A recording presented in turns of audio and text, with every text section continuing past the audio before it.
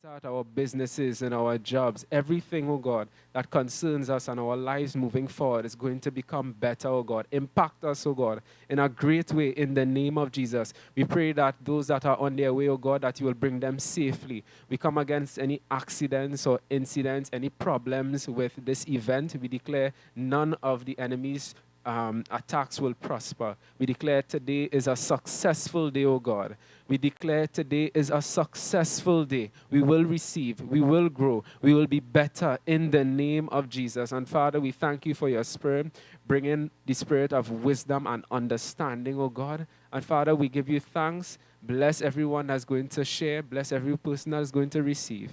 In Jesus' name, amen. Amen, amen, amen. Good morning to all, and to all a good morning. You guys may have your seats. You guys may have your seats. It is day 2 of Caleb Company's Youth Weekend. And what's our theme? We are sharpening our axe, because axes are powerful tools. Amen. So, since, there are lots of ACs inside of this building, and it is pretty cold. So we need to break some ice. Somebody say break some ice. And to help me break some ice, I'm going to call upon none other than the myth, the legend, the lovely Candace Regis.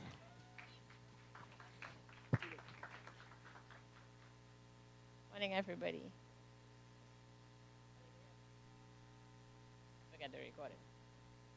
So the icebreaker for this morning, seeing that there's not that many of us yet, we'll do the one I wanted to do second first, because there's less of us, right? So the icebreaker is, I want you all to put yourselves in alphabetical order according to your first name. That means you're going to have to get up, speak to the people next to you. Amaya, your first name. No, you have to stand in alpha order. Yes. No? Yes, I want everybody. So you're going to have to speak to people because you're going to need to know their names so you will know where you're standing.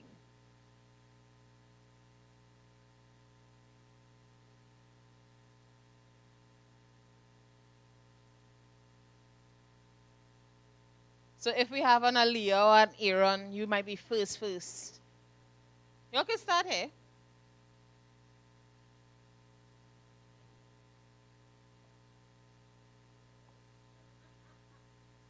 So you have 1A, 2 A's. Anybody else with an A? All right. On to the B's. No B's, no Brandons. On to the C's. Well, and I'm talking to the people around all this, so how all you will know the person's name? No. Taylor is in front of CC.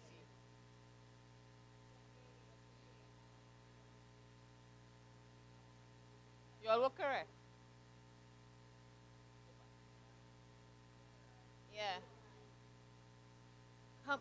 So to this section over here, that just standing looking on, you all need to find your spaces over here.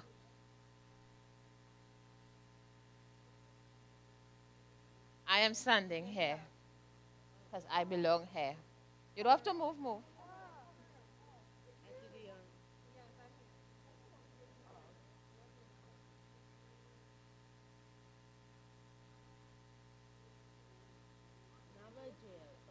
Jail, I just need to get it with her. She needs to understand it. Well, just go fight jail today. So to Rachel, Shania, Keziah, and friends, find your spot in the line. Find people where you belong. Femi, you are at.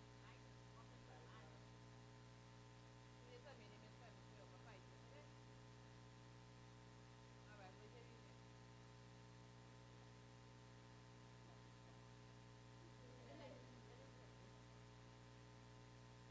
You want nobody know your name?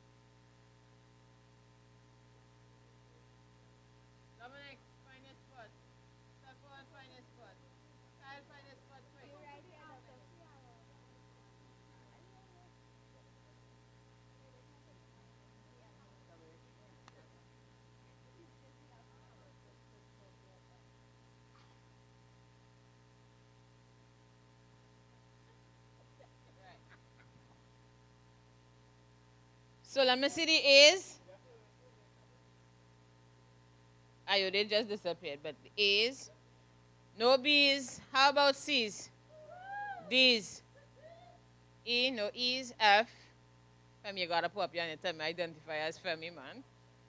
G. H, no H. I.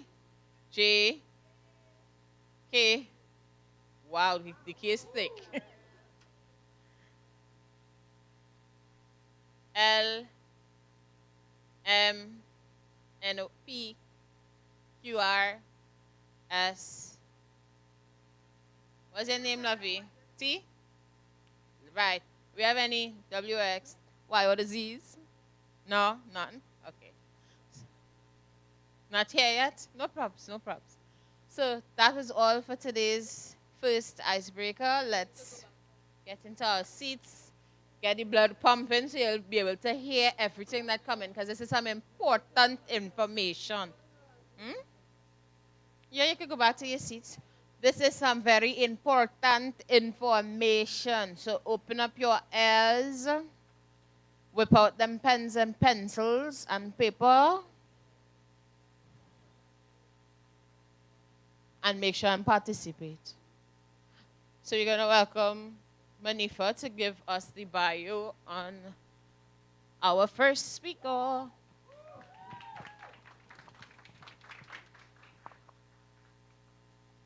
Morning, everyone.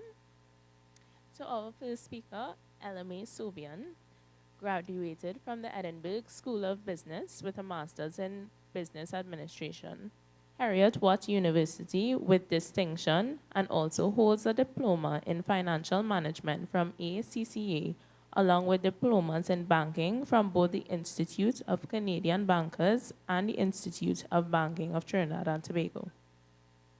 She is a management professional with 18 years business and banking experience at Republic Bank Limited. During her tenure there, she was promoted to several positions which afforded her the opportunity to work on numerous projects such as marketing, loans, sales, service, and customer care, to name a few. Additionally, her role as Senior Coordinator, Operations and Placements at the on-the-job training program afforded her 8.5 years experience in both the administrative and human resource field whilst managing the West Regional Office. In this role, she works with young persons between the age 16 to 35 to assist in job placement, career guidance, and basic life skills.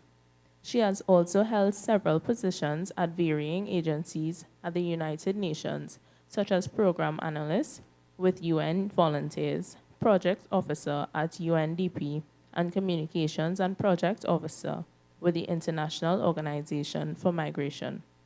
She currently holds the position of Program Assistant at the United Nations Population Fund. She is also known as a strong leader with a motivational management style and a reputation for building and retaining highly motivated teams, along with being a results-oriented achiever, with an excellent track record for identifying opportunities for accelerated growth. She is creative, dependable, and an enthusiastic change agent with a proven track record in improving efficiencies, reducing costs, and increasing revenues. She is a mother of 3 children and a grandmother of 3 lovely girls, values family life, and attends Victory Christian Outreach Church. Could we please give a round of applause and welcome LMA Sobian to the stage?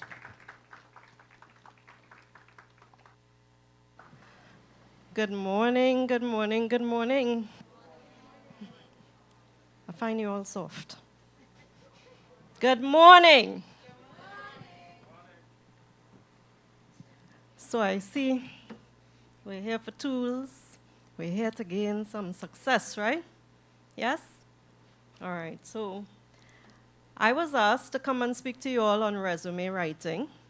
So I've added a little bit more in terms of cover letters and interviewing tips and so on for you guys, right?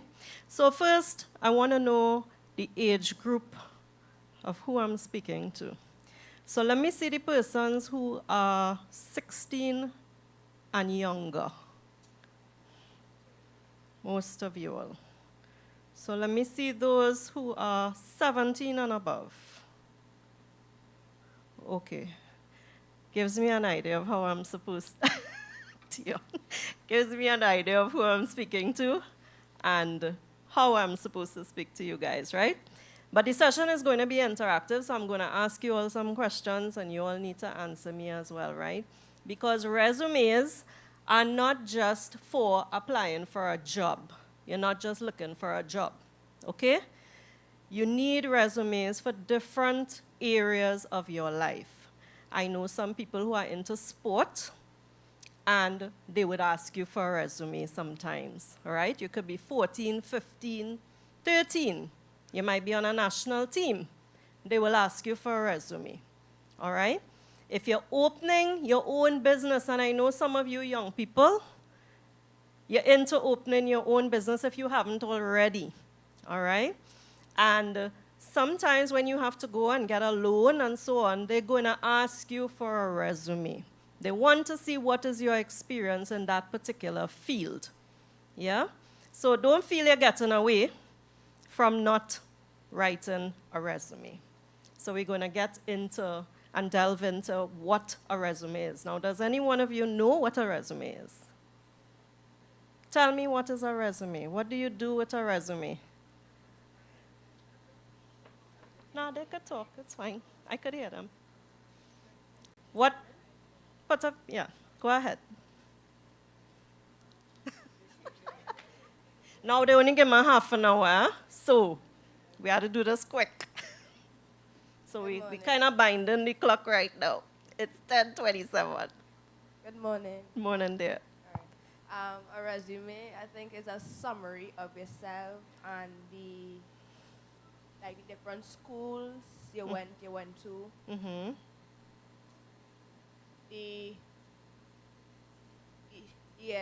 Your hobbies. Okay. It just gives you a little bit of yourself to present to whoever you're giving the resume to. Okay. Anybody else wants to give it a shot? Look, Shania.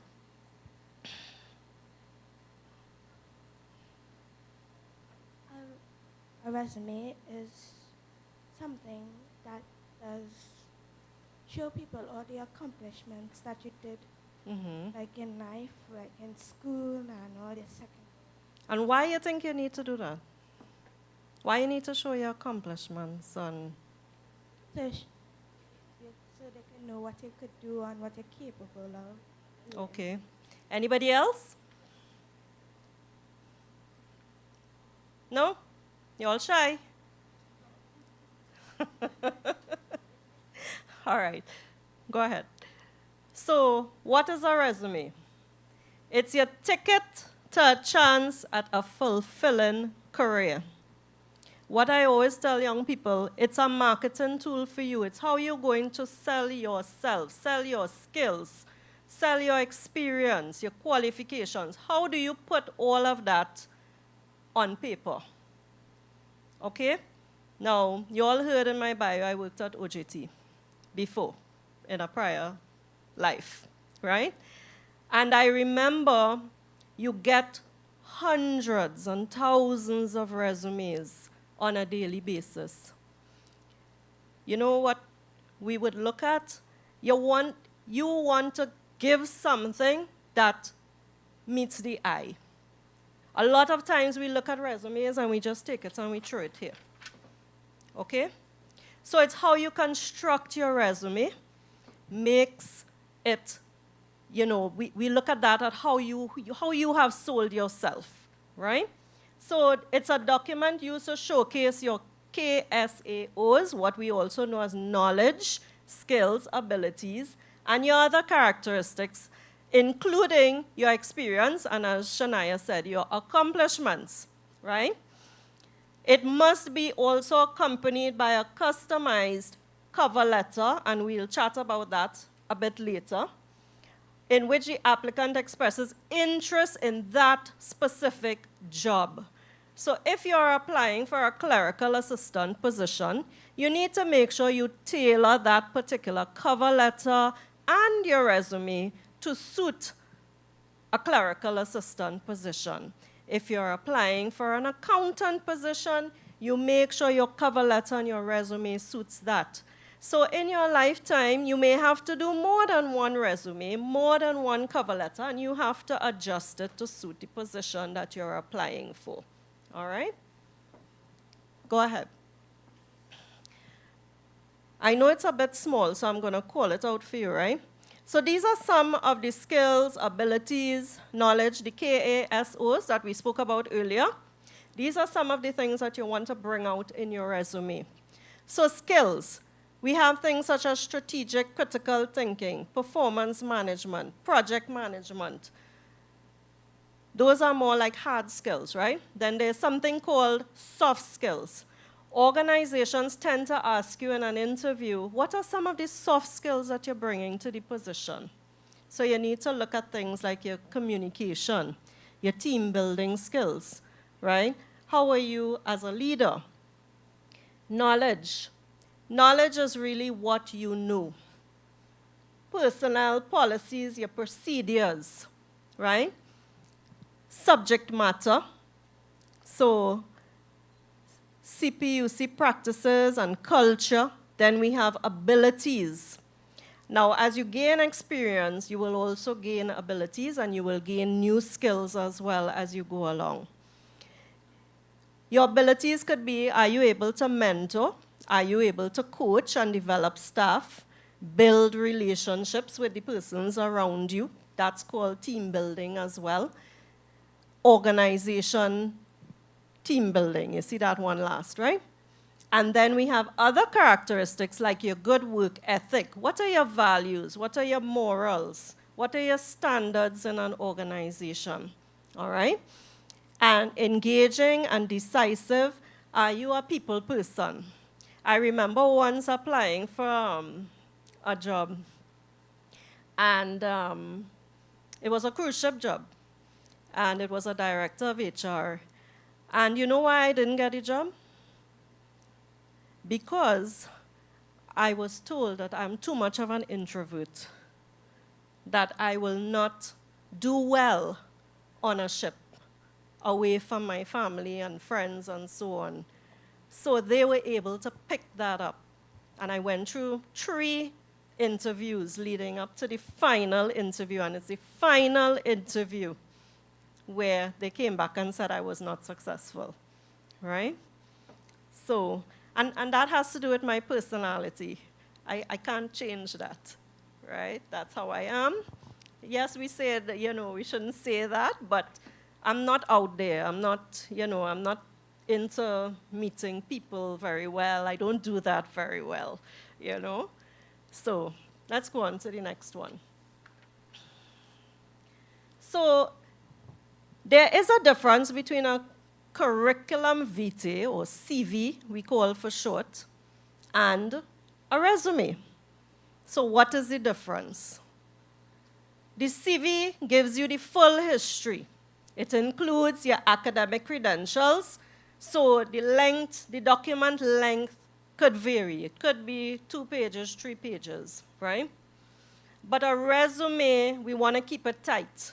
You want to try and keep it to 1 page, because remember, when you're applying for a job or you're submitting a resume for loans or any other type of thing that you're sending it for, you want to make sure that they can pull out the essential things that they need to see in the resume at one glance. All right? So you want to try and get your experience, your qualifications, your skills, all of that in 1 page. So it's supposed to be a concise picture of the skills and qualifications for that particular position. So it will be shorter, and as I said, we try to keep it to 1 page. All right? Go ahead. So when you're going to do a resume, how do we get started, right? Now, you all are living in the age of technology. You all have Google. In my time, we didn't have Google. You had to write out your resume, do everything, and you send it in. Now, you all have computer. You have all these gadgets that you can get a resume. You could even find templates on Google and download it and just plug in your information, right? So you all have it much easier in terms of doing resumes and preparing for the world of work. So you're going to do your resume in a Word document. And what I would suggest, you do it in your Word document and you keep that as your template. But when you are sending it out via email, you PDF your document so that no one can change the information on it, all right? Because we've had situations like that as well, where people send a Word document and then persons in the organization themselves change what is on the Word document, and then you don't get your job. You don't know sometimes the people that you're dealing with in organizations, right? Somebody might know you there and, you know, could have a grudge or something, and they change up something so you don't get your job, all right? But PDF your document so nobody could make changes. It should be 1 page, no more than 2, because you're giving them too much to read. An HR person don't want to read all of that for 100 and something resumes that they receive. They don't have time with that, all right? So make sure you keep it concise. You want to be consistent, your formatting, your style. Try to make it easy so that the person could read. Use bullet points. I always tell people, use bullet points. So I could see that, you know, rather than having to read through a whole set of words, all right? Your spelling and your grammar, very important. The font that you use must be legible. I don't expect you to use those scribe fonts to you know, those curly ones, and, you know, you make it very difficult to read, right? So you wanna make it easy for the person who's reading your resume. Good, that they get all the information. Look at your margins. Bold the key information, such as things like your experience, your skills, your qualifications. Make sure you bold that out so they know, okay, I looked at the experience, now I could go to here and here, all right? And make sure you put in relevant information, no fluff. So don't make up things. Some people make up stuff. And let me tell you, HR persons are able to pick it up, all right? They're doing this all the time. They have experience, so they are able to see when you put something in there that they know is not true, all right? Because when you come to your interview, remember they're going to look at that resume and ask you questions as well, right? So make sure you don't put anything in there that they're going to ask you about and you don't know, because you're going to look like if you lied on your resume, all right? And we know that there are a lot of people who do that as well, yeah? All right, go ahead. So we're going to continue. Important, you must have your professional summary, and this gives a little bit about you. Who are you? Are you a clerical assistant? Are you an accountant? Are you a management professional? What are you? Are you an office manager? Talk a little bit about who you are from the professional standpoint. Highly energetic, this is just an example. Highly energetic and enthusiastic individual with the ability to work in a fast-paced environment, both independently and within a team.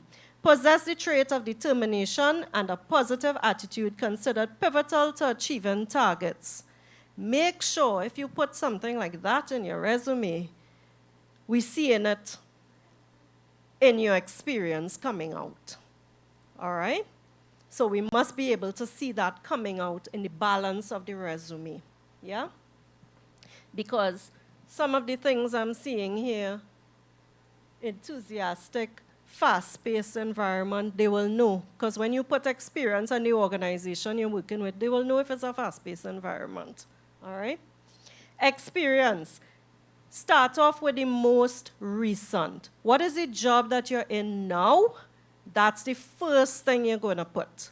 Or if you just completed a position and you're holding on to transition to somewhere else, put the last position there first. And then you come down the line. All right? If you have 15 jobs, you may not have to put all 15, but we'll talk about how you're going to do that, right? So in that experience, you must have the organization name, because the organization also tells a story about you. What are some of your abilities and your skills are going to come out there.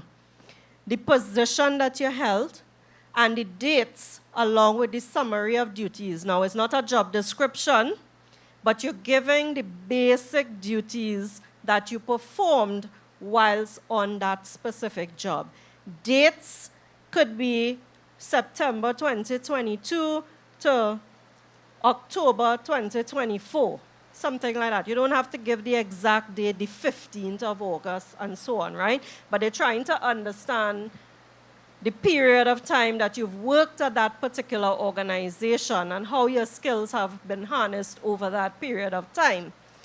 It also shows HR professional if there are gaps in the dates, right? So it could show that, okay, this person was not working for this period. It could be a 3-month period, and we may say, okay, that's a transition from one to the next. But if we see a 2 or 3 year gap, that is something we may have to ask a question. What happened, right? Sometimes we are told, okay, this, the individual had an ill parent or ill family member, and they had to take time away from work to take care of this person. Sometimes they will tell you the person eventually passed away, and now we are back on the market looking for a job. Now, that's a legitimate excuse, right, as to why you have a long gap in your resume, all right? But if that is not the reason, then you must be able to say why you took so long to get another job. Is it that you were working on your own? And even if you were working on your own, you should put that in your resume as well, all right? Emphasize the area and how it matches the job that you are applying for. So you are applying for a specific position. Make sure that the resume highlights the skills, the knowledge, the experience needed for that position into your resume as well as your cover letter. How do you do that? You have to look at the ad. Look at the advertisement that was printed. See what it is they're asking for. What is the skills? What is the experience they're asking for? And you have to try and tailor your resume to suit that particular position, all right? If you say you have leadership experience, ensure you highlight the skills associated with that. I've seen a lot of people put that in a resume, and it's not matching back with your experience on the resume. Where's the leadership coming out? All right? So make sure if you put skills in there, we're able to match it back to the experience that you've had. And include key achievements. This is a more recent requirement that we're seeing now. Key achievements. So you've done a position, let's say, for 5 years. What was the key achievement in that position? Did you work on any specific projects that you were successful on? You were able to meet deadlines, you were able to meet targets, those kinds of things. We want to see that coming out in the resume as well. All right? You all have any questions? No? All right, let's go ahead. You can't see that. This was just a format of a resume that could be used, but I'll just give you an idea. This is the name, your biodata to the top. Education, the objective was first, then the education. So you see they put the name of the institution, the year that they attended, what was their GPA, and some of the subjects. Then they spoke about their experience, they went down. Even if they did volunteering experience, they put that in here as well, all right? And whatever other activities or hobbies that they were involved in, they put that there as well. Go ahead. Right. Okay. So these are the mandatory headings that we must have in a resume. Your education, experience, and other, right? So besides CXC, CSEC, A-levels, first degree, postgraduate degree, if it's a minor, major, what was your thesis on, or senior projects, academic honors, awards, and related certificates, if you got a scholarship, international experience, licensures, related training and skills. These are some of the things that you want to make sure you include in your education section. Did I miss anything there? No? Okay. And then for experience, you know, some of the youths, we do summer jobs, right? You want to make sure you include that as well. Your summer jobs, your part-time jobs. If you did an internship, some persons, they complete their degree and they go straight into an internship. Make sure that is included, whether it's paid or non-paid, all right? Campus involvement, if you were involved in any activities whilst on campus or at school. Self-employment, freelance. Remember, I mentioned that as well, right? If you're doing part-time jobs or your own business, you're running your own business, make sure you include that there as well and just say if it's part-time or so. Because if you don't put that, they're going to want to know if your own business is going to conflict with the time being spent at the new position. So they want to make sure there's no conflict there, all right? Any type of volunteer work, as well as any practicum work that you may have done.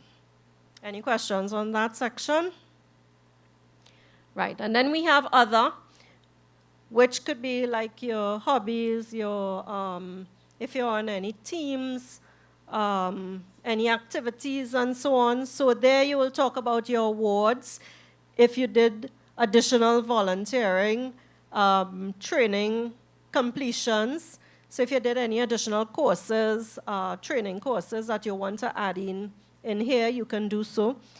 Any type of leadership experience, memberships, organizations, whether it's sport, church, Rotary, those kinds of things, and then any related experience and skills. Any questions on that? So those are the three main things you want to have in your resume. All right? All right, let's go. So other additional and optional headings could be like your technical computer skills, whether you have key training and skills, languages, that's important now, languages. Study, if you've studied abroad or you have any type of international experience. Military experience, you know, we have these MyLat, MyPat, and all these other things can be included. Volunteering, as we mentioned before. So you all are here, you all would come and volunteer. Some of you all are leaders in your own right in different activities here. You make sure and add those things onto your resume, all right? Those things will speak to your leadership skills as well. Go ahead. Right. So let's look at this job advertisement. And this is for a clerical job, all right?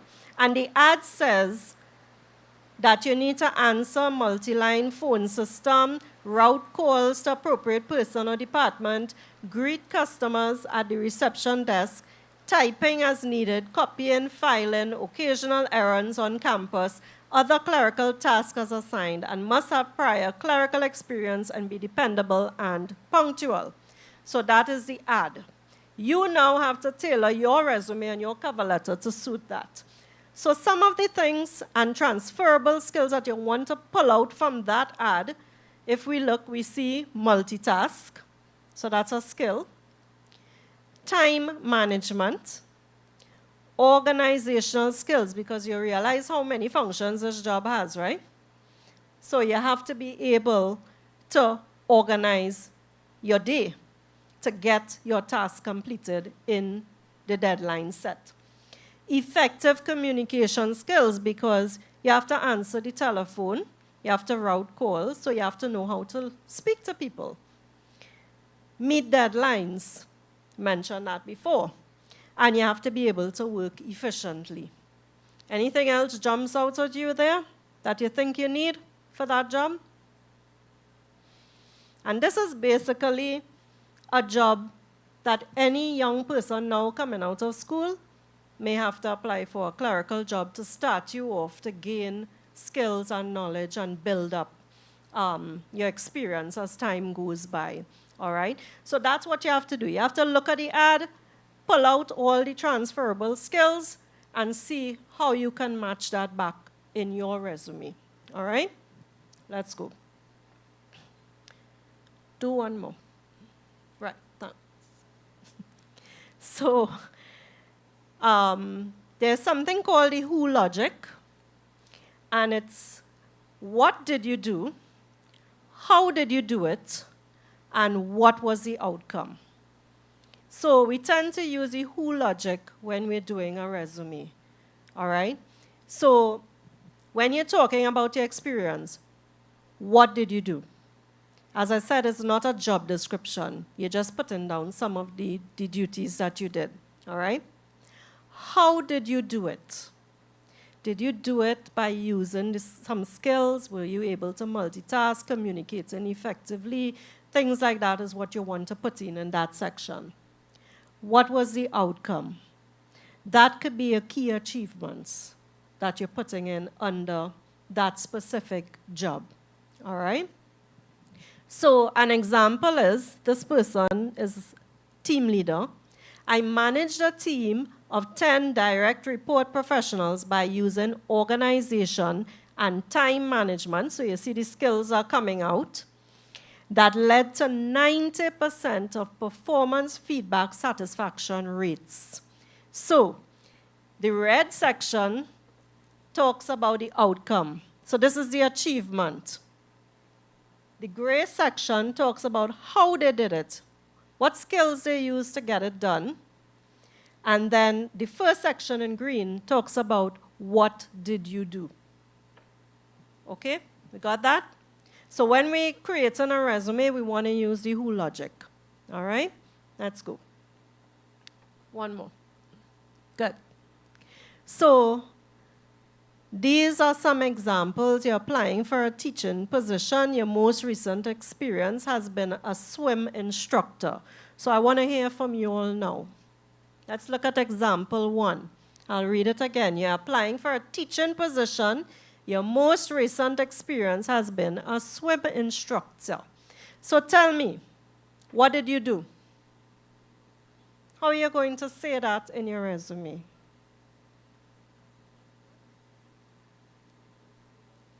You want to answer?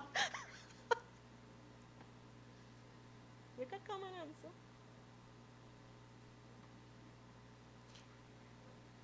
What did you do? You're applying for a teaching position, and your recent experience was a swim instructor. We have a mic on.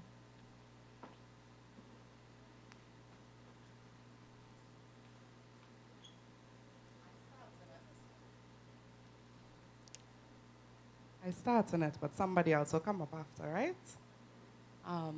What did I do? I taught swimming for 5 to 8-year-olds. Mm-hmm. I utilized the skills I acquired. What are the skills? From my teaching degree. Or I'll have to list the skills. You have to say what the skills are. Remember, it's a teaching position. What are some of the skills that you're looking for as a teacher? That's what I'm thinking. Patience, communication, how to give examples and practical learning. Mm-hmm. Not sure how I'll word that. And the last was, what was the outcome? And my children were able to move on to the other grade? levels successfully. Right, so that's an idea of what it should be. So let's try the second one. Somebody else could come and do this one. I guess you could just leave it here, no? Yeah, leave it on? Okay. So the next example, you're applying for a nursing position. Your most recent experience has been volunteering in a nursing home. Who wants to try that one?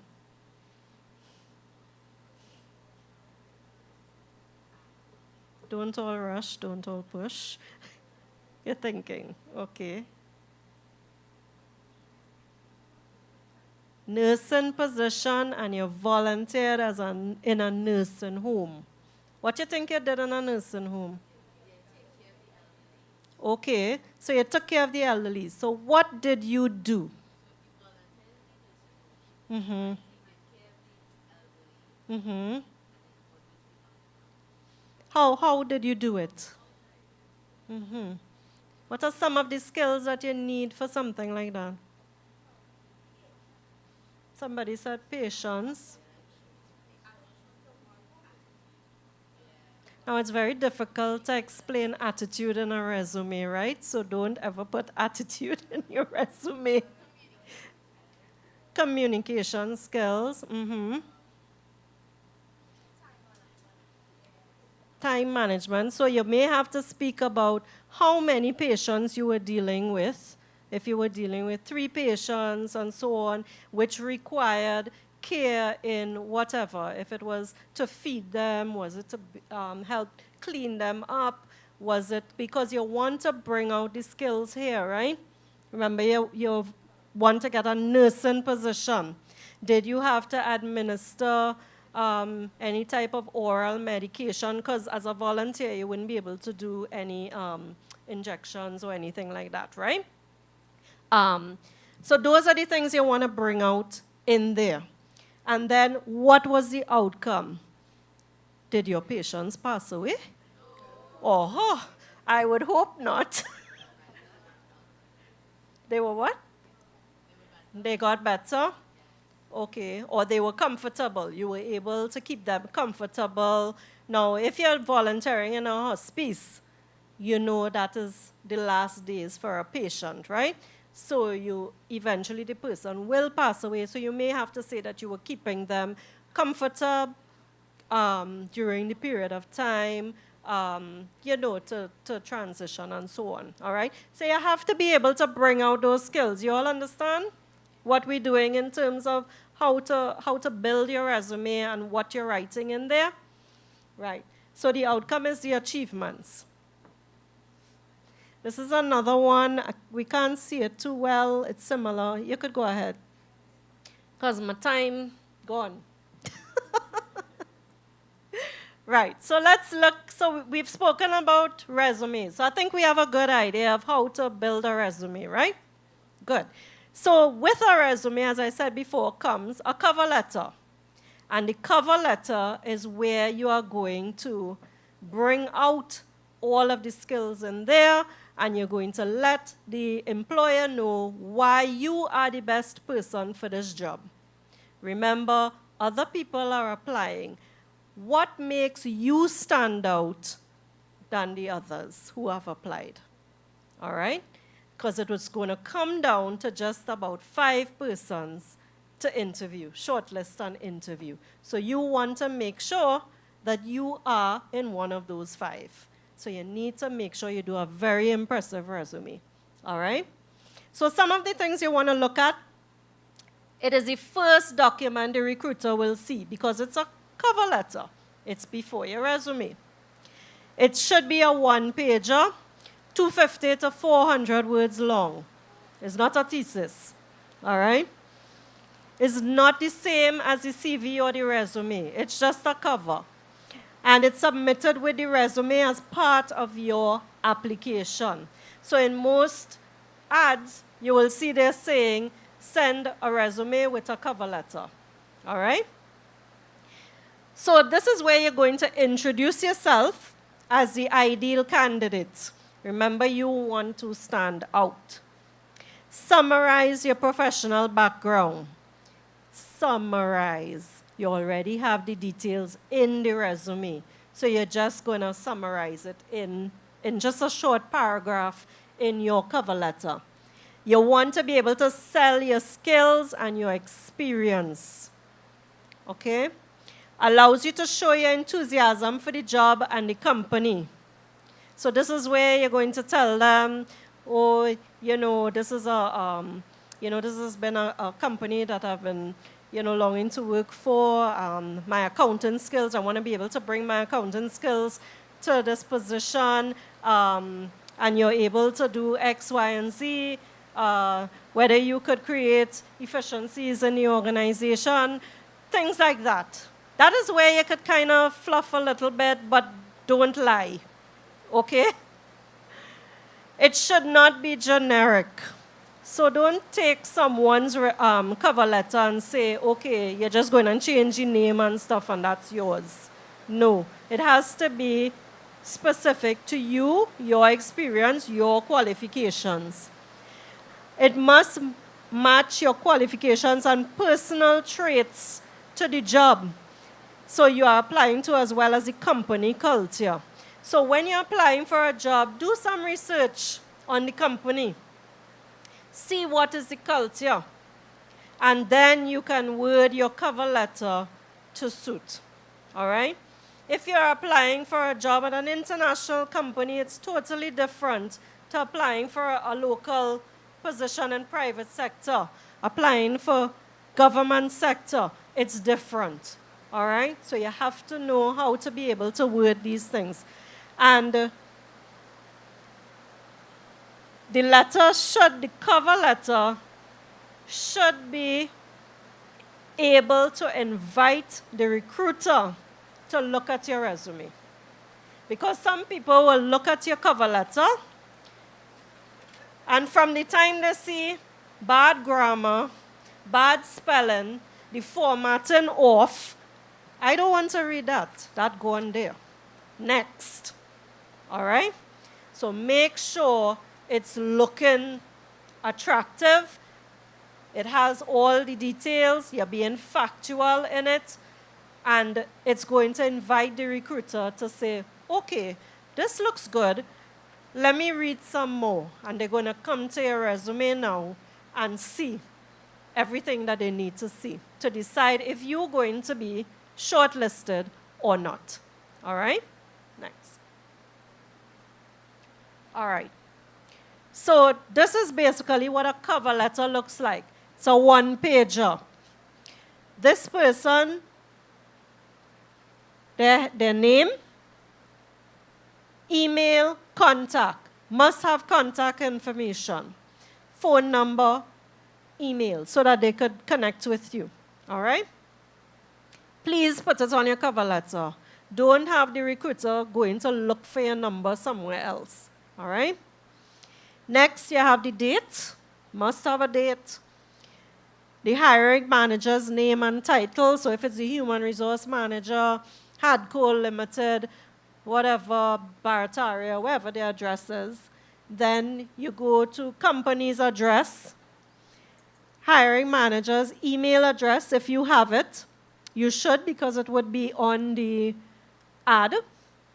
Salutation or greeting. Dear Sir, Madam, dear Mr. So-and-so, Miss So-and-so. All right? And we could go into another section, another class where if you say dear Sir, Madam, you're supposed to end off with yours faithfully. If you give a name, dear Mr. or Miss So-and-so, you end off with sincerely. All right? So there's a way to write your letters. Okay? After the salutation, your opening paragraph. What are you? Who are you? You're introducing yourself.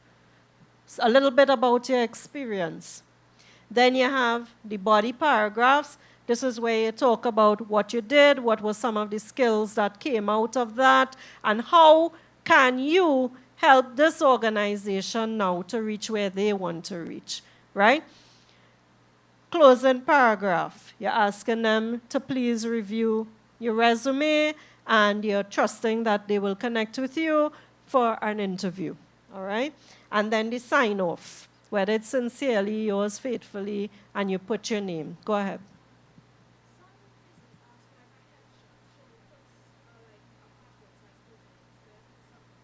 All right. So, yes, some companies ask for a headshot. You can go back, Jemima. You can include it like on the corner up here. Yeah, you print it out on the page. Yeah. So you scan it, scan the photo, and place it on the cover letter. Yeah? Some people place it on their resume as well, but sometimes if you have too many things to put on your resume, it wouldn't have space for the picture. All right? Unless they specifically ask you for a photo, then you bring it in for them. Because they may ask you that for at the interview stage. Yeah? Any other questions? Okay. Go ahead. All right. So no questions on cover letters, right? No? Okay. So just a bit of interview tips for you. Preparing for an interview. Guys, this is really important. Preparing for an interview, right? Remember, I told you I'll research the company. Get information about the company, all right? So that's the first thing there. Do research. Learn what are their missions and their goals, what are their values, and so on. These companies tend to have things up on their websites, so you can review. You all are in the Google age, so you all have the information before you. Familiarize yourself with the duties of the position and how your experience and the skills relates to that job, all right? Because in the interview, they're going to ask you questions like that. How did your job at so, you know, what skills did you gain there that you think you could bring to this position? You know, there are different types of interviews as well that they could, questions that they could ask you. Include your accomplishments during the interview and support it with facts. So it's kind of like you have to remember your resume offhand, right? But if you were truthful in your resume, you should know these things at the top of your head, all right? And that's where the accomplishments are going to come out, right? So you're getting the opportunity now at the interview to say exactly what you did, how you did it, and what were the accomplishments. Do a practice session with someone prior. Yeah? I tend to do that if I'm applying for a job. So I would call up somebody that I know in similar field, and I would tell them, hey, I need you to practice with me. And I will get my questions and stuff ready and drill myself with it, right? Obtain all the information for the location, time, and venue. And if you know you have an 8 o'clock appointment, please don't be getting up at 7 o'clock to now want to bathe and dress and get breakfast to go for an 8 o'clock appointment, all right? Think about the traffic. Where do you live? These are things that you have to plan in advance because coming late to an appointment, in some cases, is an automatic disqualification, all right? So make sure you are there on time. Try to reach at least 15 minutes earlier because sometimes they may ask you to complete documentation. They might want you to fill out a form or you have to hand in your documents and so on, right? So try to get there early. Dress professionally, all right? No jeans, nice soft pants, a nice top, modest. All right? I have had people sitting outside my office, and I've had to come out and speak to them and tell them they need to go home and change and come back. Right? In some organizations, see what's the policy on tattoos and stuff. You can't go to an organization, you have a short skirt and this big tattoo right here. Wear a pants. Okay? At OJT, we never allow that. You have to go and change and come back, right? Or put makeup on it or something. If you're applying for a driver's position, I don't expect you to come in a suit and a tie. Yeah? What do you think you should wear if you're applying for a driver's position? A shirt and a pants is sufficient. You don't even have to wear a tie. It depends, though, on the place. All right? So let's say it's a bank, it's an insurance, something like that. Yes, I will say a tie, a shirt, and a pants. Right? But if it's like a construction place, a hardware, or something like that, I would say just wear a shirt. So you need to know where you're applying to and what applies or not. All right? Question?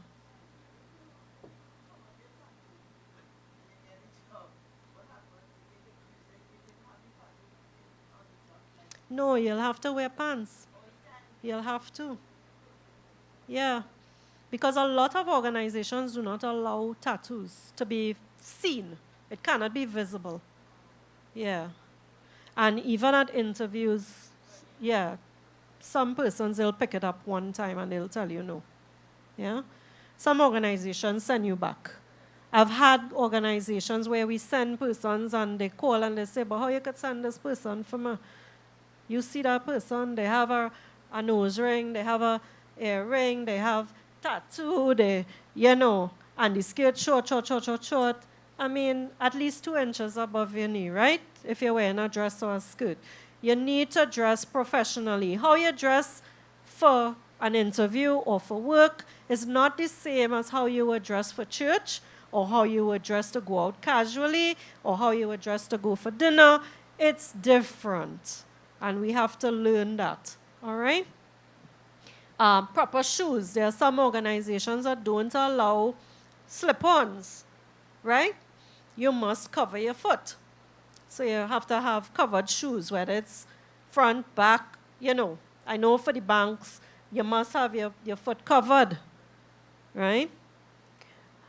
You may ask if it will be a panel interview or one interviewer, because sometimes some organizations have panel interviews, so you have 3, 4, 5 people on a panel that you're sitting before, they'll all ask you questions. So you can ask when the person calls if it's a panel or if it's one interviewer. So you know how to prepare yourself. During the interview, again, we said arrive early, cater for the traffic and any pre-registration forms needed and the documents to be copied. Try to copy your documents before. Don't bring the documents and ask the people to copy it for you, right? So make sure you are prepared. Use the STAR method. We'll talk about the STAR method for interviews in a bit. Be aware of the power dynamics in the room. I was having this discussion with someone the other day. When you're researching the company, find out who are the heads, who is the HR person. So when you go into the room, you know who these people are. Now, sometimes you may not, it might be the HR assistant that may not have been on their website, but there are a lot of power dynamics that go on in panel interviews, all right? Sometimes there's somebody sitting very, very quiet, but that's the lead interviewer. They're sitting and they're watching, all right? And they are watching all of your nonverbals, how you respond to questions. Listen carefully and ask the interviewer to restate if needed. Some organizations may give you paper and pen and tell you you can write the question down because they may ask you a 3, 4, 5-part question. And you have to remember everything that they asked you, all right? So if they give you paper and pen, you can write. If not, walk with your paper and pen and ask, is it possible that I can use paper and pen just to write the questions? Okay? Tell me about yourself. Summarize it in 30 seconds. Mix it up. You could say a little about yourself personally and professionally, but most times they want to hear about you professionally, right? Give full attention, watch the body language and the tone. That's your nonverbals. How you respond. Give your undivided attention to the interviewer. Also watch how you sit. Are you sitting straight, upright? Are you slouching on the chair? Those things tell something about you, all right? Always ask a question when given the opportunity to do so. do not ask about the salary. Unless they tell you something, do not ask. They may ask you, what is your salary range expectation? That's where you can answer that, right? So my range is about 7.5 to 8.5. You could say that, all right? You have a question? Why you don't ask? Because it appears as though that's the only reason you're applying for the job. You're not interested in the company. You're not interested in building with them. All you're concerned about is salary. Yes, we're concerned about the salary, and you want to make sure you can live, but remember they are going to come back to you, you know. So just be patient. Be patient. They're going to come back to you, they're going to call you, and they're going to say, hey, you got through with the job. So I'm going to send you a letter of intent, or so on, for you to accept, right? And in there, they're going to say what the salary is. If you get the letter and you feel that this is not what you're looking for, you have the option to either decline or negotiate, right? So you can give them a call and say, you know, no, it depends on, it can't be that the salary is 7.5 on the letter and you want 15,000. There's no negotiation there, right? Because no organization going to double the salary for you, yeah? All right. So you can negotiate a little more upwards, whether it's 1,000 or 1,500 more or something, and see what you could get. Yeah? I want to come back to this one. Always ask a question. At the end of the interview, they will ask you, do you have any questions for us? Please don't say no. Don't say no. Find a question. In your research, find a question, right? Ask them something about, you know, the team. If I'm selected, who will I be working with? What the structure of the organization? Ask them something. Find something to ask them. But don't walk off without asking them anything. And at the end, express your interest, reiterate it, and thank the interviewer for the opportunity to be interviewed, right? Then after the interview, if you are given the courtesy of a call and said, okay, well, you know, maybe you have to go to a next stage, maybe another interview, or maybe they're calling you now to get all your documentation because you've been successful, make sure and send it as soon as possible, all right? So any additional information they ask you for, they may call and say, can you send me copies of your qualifications, copies of all the other certificates that you had. Make sure and have references in your resume as well. They may ask you for email addresses, but try to put email addresses and contact numbers for your references on your resume, right? Be patient. I said that just now. Sometimes it takes 4 or 5 months to onboard someone into an organization for many different reasons. Sometimes it's a panel that's doing the interview. They have to get all the reports together. They have to put all that in one, summarize it and put it into one. It takes time, all right? They have to look at budgets. They have to get things in order. So be patient as it takes time. Contact the HR personnel for an update. So at the end, one of the questions you can ask is, how soon do you think I will be able to hear from you? And if they say within 2 to 3 weeks, at the end of that time, if you have not heard from them, you can give them a call and say you're just following up. All right? Go ahead. All right, the STAR method. This is for interview tips, right? And usually organizations tend to use this method. It's just an acronym. S is for the situation. Set the scene, give the necessary details of your example. T, task. Describe what your responsibility was in that situation. A for action, explain exactly what steps you took to address it. And R is the result, share the outcomes. It's similar to what I spoke about earlier, but we try to use this method in interviews. All right? Next. Right. So that is the end of my presentation.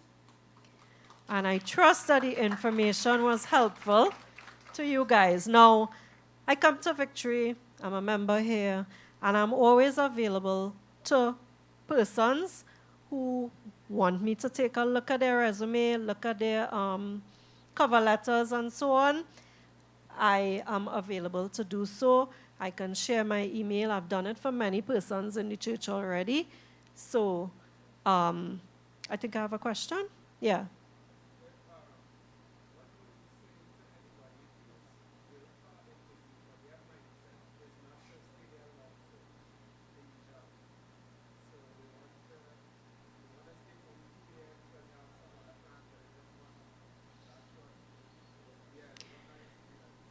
Right, well, you don't need to tell them that. Yeah, you don't need to tell them that, right?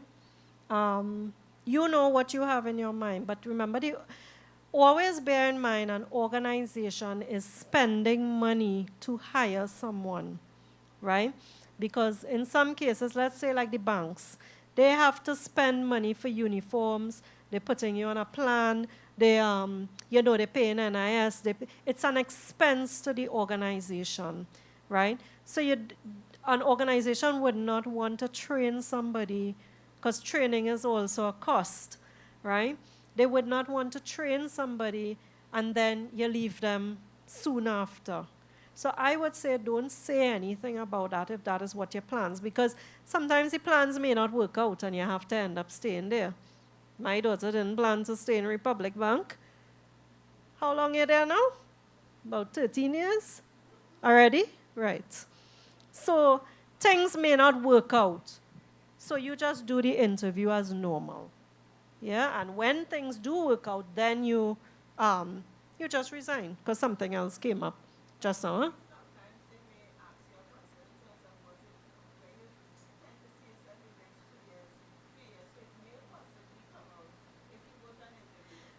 Just answer it basic. You know, I intend to see myself being promoted to a higher position. Huh? Or the question was, if concerning what Stefan asked, so they may ask you, I know I have to stop, sorry. Sorry, Dion. I'm holding you back. Yeah, the question was, sometimes they would ask it, where do you see yourself in the next 3 to 5 years? So she's saying, if they ask that question, what do you say? You have an idea?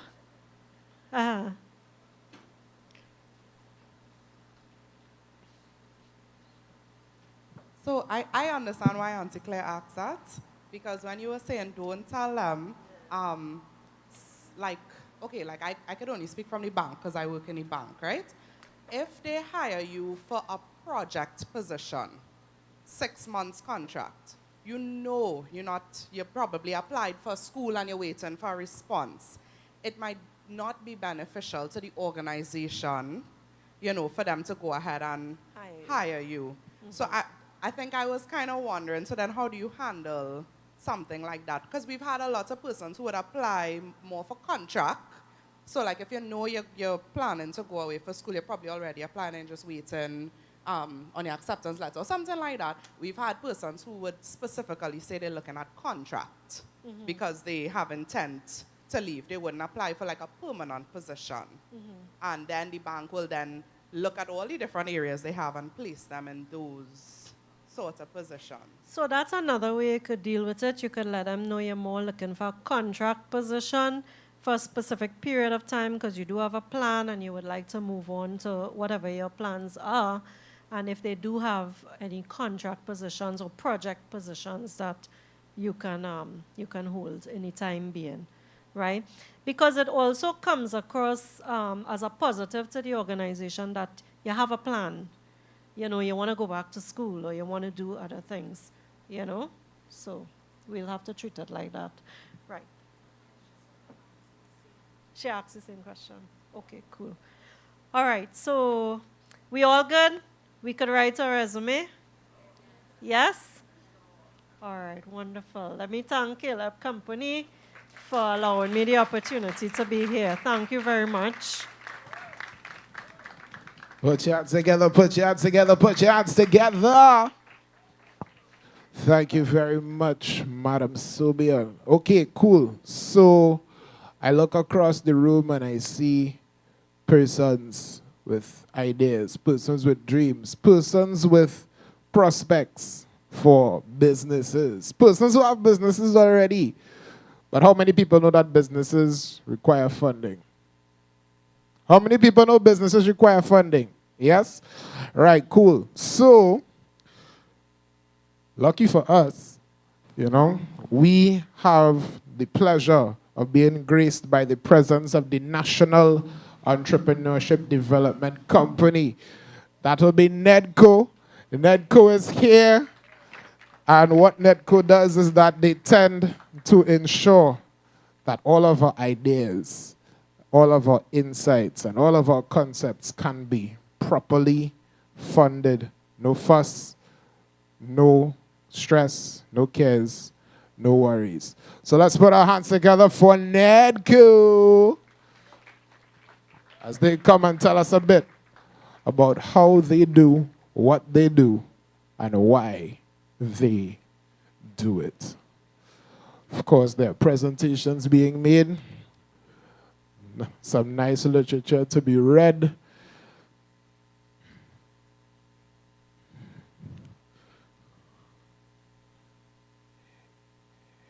Yep, because readers are leaders indeed.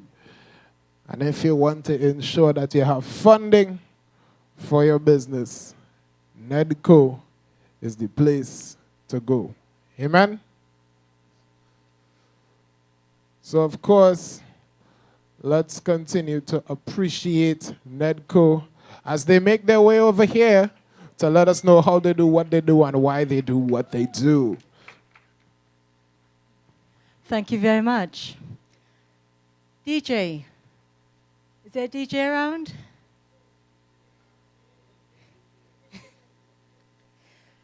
I have a special request. May I whisper it into your ear, please? So it can be a surprise for the audience. Mr. or Miss DJ.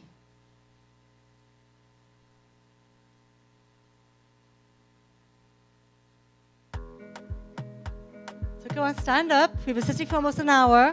So stand up and dance with me. Come on. Come on. Don't make those eyes. Come on. You too, sir. Raise those shoulders. We've been sitting for almost an hour, so come on. Indeed. You had a job interview. They asked you to do a team exercise. You're going to stand there and do nothing. Shoulders and shoulders. Rib cage. I trained as an aerobics instructor. So come on, move with me. Come on. Now come on, follow me. Conga line, let's go. Come on. You can get back your seats, they're not going anywhere. Come on. Let's go. And go. Uh-huh. Uh-huh. Come on. Let's get that blood flowing. Woo! Uh-huh. Uh-huh. Come on, gentlemen.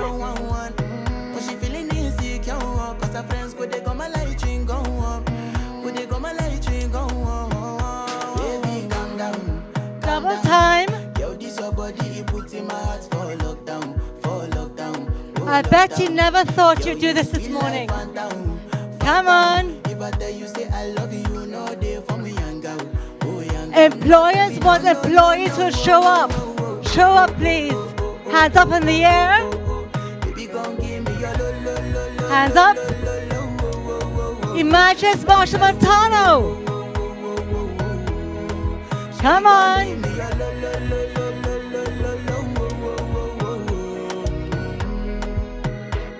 Come on, ladies. Shake your shoulders.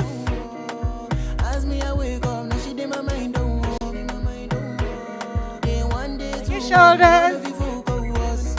Follow the leader.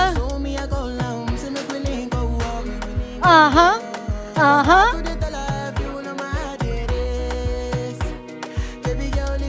Now turn around and reverse. So Lady the Great Sweater, you lead the line now. Come down, come down. Who are the singers here? Sing with me. For a look down, for a look down. Come down, come down.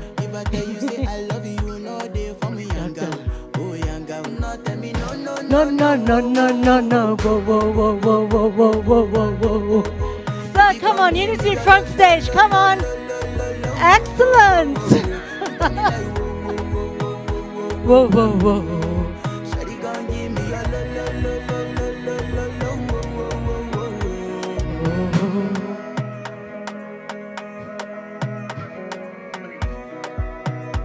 On the spot and shoulders. Let's get that blood flowing.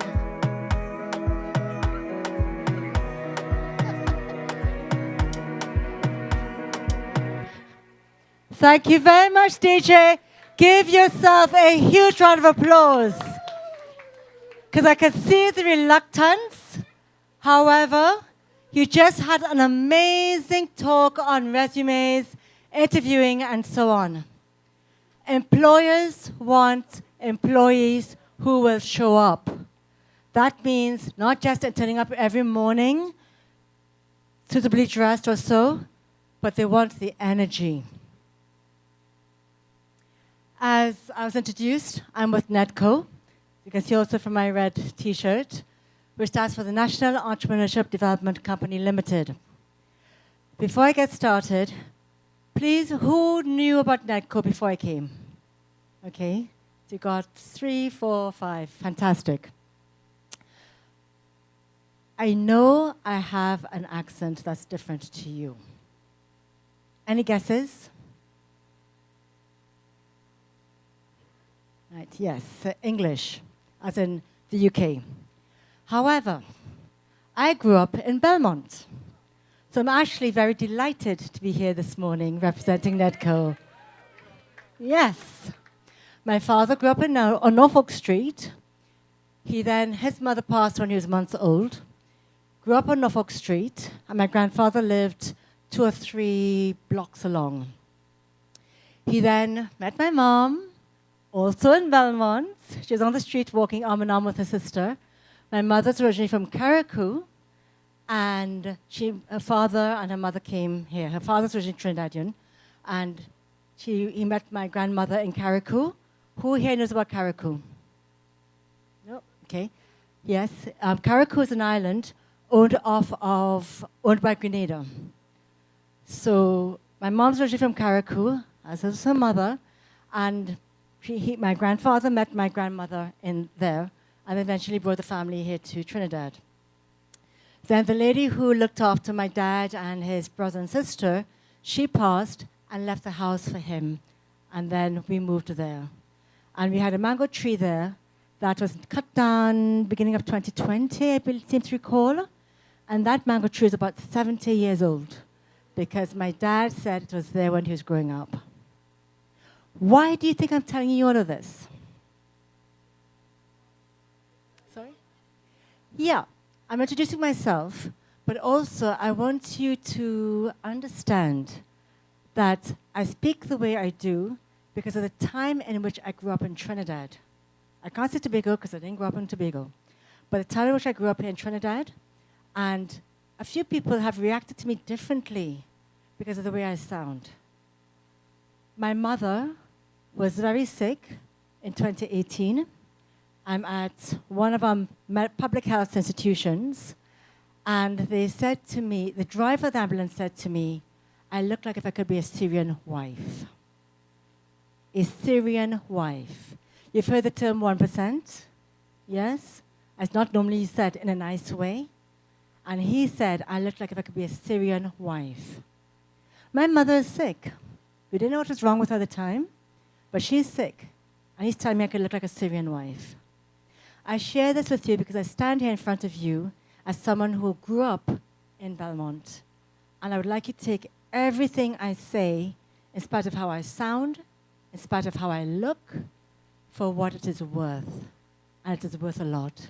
Because my parents, my mom and dad, had a dream. And it was for all of us. I'm one of 6 children. Who here has come from a large family? Yeah? Right. Your parents will have hopes and dreams. You will have hopes and dreams. You can make it happen. And as we heard from Mrs. Sobian, all that information about interviewing and so on. Before I get stuck into NEDCO and how we can help you, can someone tell me what you recall from Mrs. Sobian, please? Who could tell me? 3 things. I want 3 things that you can recall from what Mrs. Sobian said. Resume writing. What about it? The key stuff for a resume and the difference between a resume and a curriculum vitae. So like one of the things you recall from her saying with his resume. A resume gives you a summary of your qualifications, accomplishments, while a curriculum vitae is more in-depth and personal. Like, from how I learned it in school is like, if it's for something, well, a curriculum vitae, you will write a curriculum vitae if you're going to be a professor in a UE or somewhere, it's a high position. Okay, thank you. Someone else, please. She told us that we have to dress appropriate for a resume, to get a job and to show people a resume, because they will send us back home to change to wear appropriate clothes to come in. Please hold the mic steady so that everyone to can wear hear. appropriate clothes to come in Yes. and apply to get the job. Yes. And that is so correct. And you can even know it amongst yourselves. Because how many of you might look at someone and what they wear and go, oh, Gede, what she think she wearing? Oh, Gede, who he think he is? And we do that automatically. And worse yet, or even more importantly, when you go for an interview. Because that's what you wear is an expression of yourself. One more thing. Someone else? Young lady in the blue and white.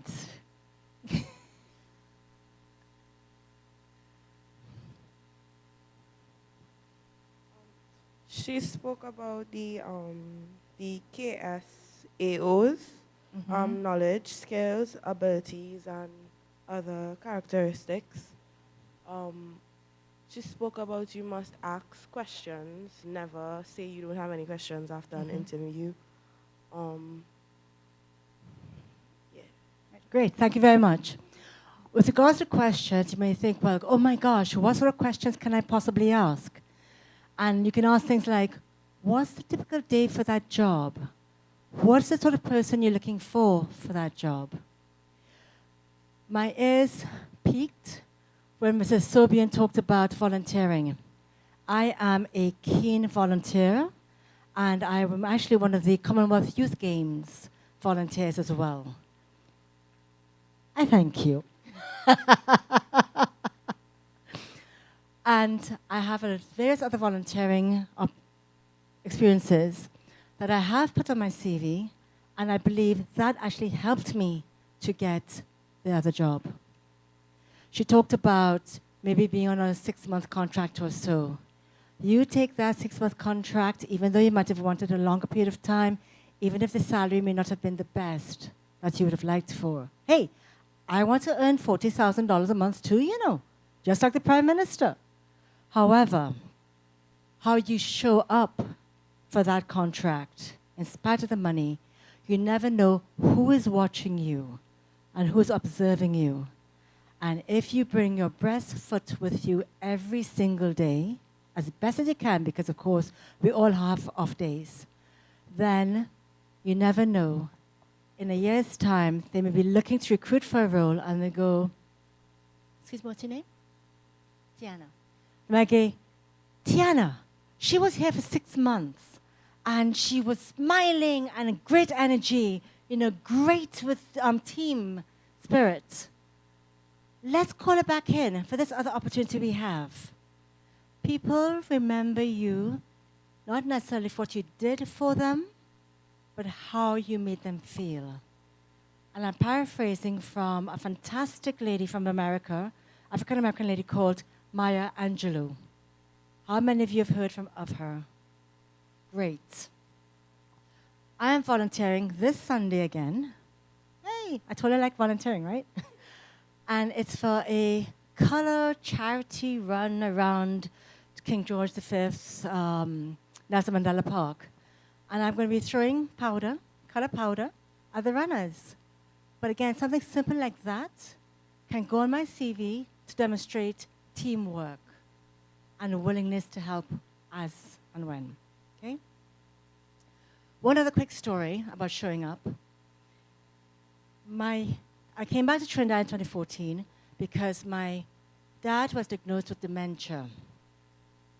Who knows about dementia? Okay, again, a few more hands.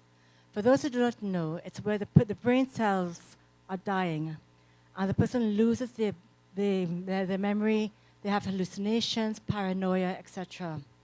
So I went through a whole journey of almost 5 years with my dad. And I had, help! Police! I don't know who you are! I did not invite you here! And then an hour later, and now I'm trying to hold back the tears, because of course I love my dad. And I put both hands on my feet up if I could do the yoga pose that I'm a daddy's girl. And I went through all of that, holding back the tears for 5 years. In fact, the tears flowed. However,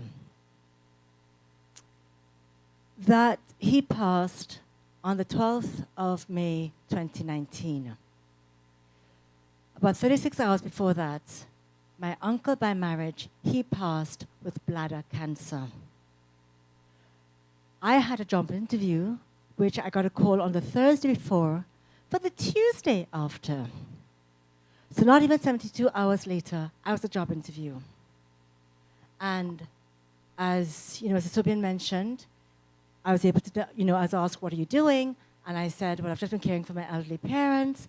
Towards the end of the interview, they said to me, if you need time off, we can arrange that. I reached for my bottle of water, shakingly took a sip, and said, hopefully that won't be too much, as my dad just passed on Sunday. And I went on to explain that if I came across as being subdued, that is why. But however, my dad would have wanted me to continue. So coming back to, again, you never know how a person's day is.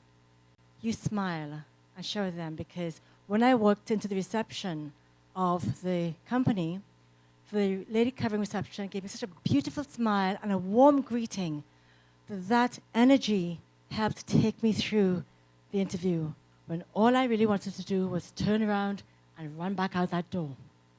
But I needed the job, because I hadn't really worked for about 2 years, because I've been caring for my parents. Anyway, so that's enough about me. I hope that you have picked up something from what I've shared.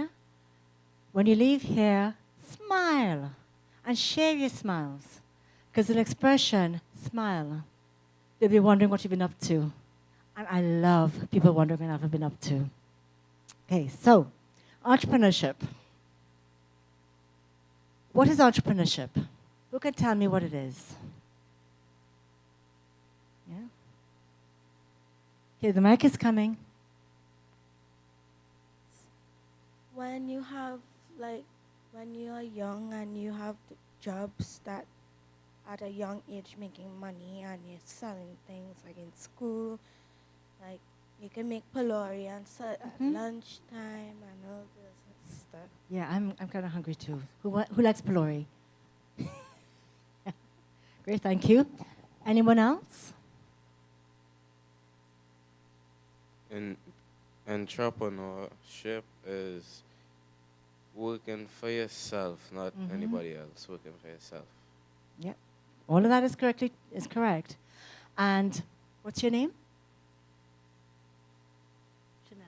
So Chanel talked about being young. And yes, you can be young. Shania, sorry. You can be young. There is a youth now, he started out when he was about 7 or 8 years old, in the US, African American, and he baked cupcakes. And he's been on different radio and TV programs because of what he's doing, and he's doing very well. However, entrepreneurship, working for yourself, can be at any age. For as long as there is breath in your body, you have it in you to be an entrepreneur, to have your own business. And there are people who have gone on at age 60, 65, because of course you're retiring and you might want something else to do. You have time on your hands and you may have gotten some retirement money. And you're thinking, okay, what can I do with this money? And people have gone on to open their own business and be successful. Now, Shania mentioned about making your own money or making money. Yes, you may make money. However, there may also be lots of costs. Materials and things like this, salaries, delivery man, whatever it is, equipment, even just the ingredients to make the pilori is a cost. However, how you manage those funds is how you can then grow and perhaps even branch out into other businesses, because you might decide, okay, I like pilori, but I want to do cupcakes as well. I want to do muffins. Or I want to go into full-blown catering. So therefore, managing your finances from the outset. And you might want to go to mom and dad and say, or uncle, grandma, and so on, and say, I want to do my own business, even at your own age. Hi, how old are you? You're 7. Right. And what's your name? Jayana. Jay, right? So yeah, another Jay in the house. Jayana might decide she wants to set up a business, whether it's making lime juice, orange juice, grapefruit juice, and have it y'all as a customers. So age is not a barrier to owning your own business. Right. Okay, one moment. When you're speaking with me, please project your voice, because I'm sure when you're in the playground, they can hear you at the other end of the road. When you're in school, right, and you're doing it, but sometimes some school, they don't allow you to sell stuff. So how are you supposed to start Speak to Minister De Freitas. If you're having an event here, maybe she might allow you to have a stall and sell it to the attendees, right? Family events. And of course, make your prices attractive. Don't decide you want to charge $100 for a cup of orange juice, no matter how fantastic it tastes. But $5, yes? Not too much ice, because you want to give them more of a drink. So just look for the opportunities, okay? Carnival is coming up. Maybe have your parents, grandmother, or whoever your guardian is, to maybe speak to the Ministry of, Health, with regards to food badges and so on. And maybe even a carnival. You could sell, bottles of cold water. So there are opportunities all around. It's just for you to decide how you want to do it. I know some teenagers who made bags, canvas bags, to sell to their classmates as part of their whole graduation year. So there are opportunities. Just to think, I like doing this, how can I do that? Watering the plants. Shopping for, the elderly persons in your community. They might be willing to give you a, small amount of money, but don't make that your focus. The focus is to help someone who is less able to help themselves. And maybe do some shopping for them. You see how you can help them. And the opportunities all around. And all of this can go on your CV, on your resume. So that's one other aspect. Entrepreneurship. Why be an entrepreneur? I want at least 6 reasons why you can be an entrepreneur. And not just can, but why you might want to consider being an entrepreneur. It's better to work for yourself than somebody, because you could rule everything and more like control everyone and do what you want. Rule, control. I think I could see as a future prime minister. I was going to say the same thing, because it's good to work for yourself. you have more independence. You know, you can Yes. make your own decisions, and yeah. Yes, thank you.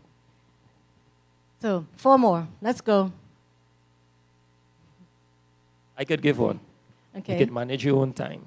Yep. Excellent. 3. Because you can. It would be better because like, okay, so you have family members, you know, they're struggling, you could start your business, pull them in, help them, so they Yes. could branch off on their own, and also you're setting like a legacy for your generations after Yes. you. Yes. Legacy building. I think we need one more, please. Yes, let's hear from someone we haven't heard from us yet, please.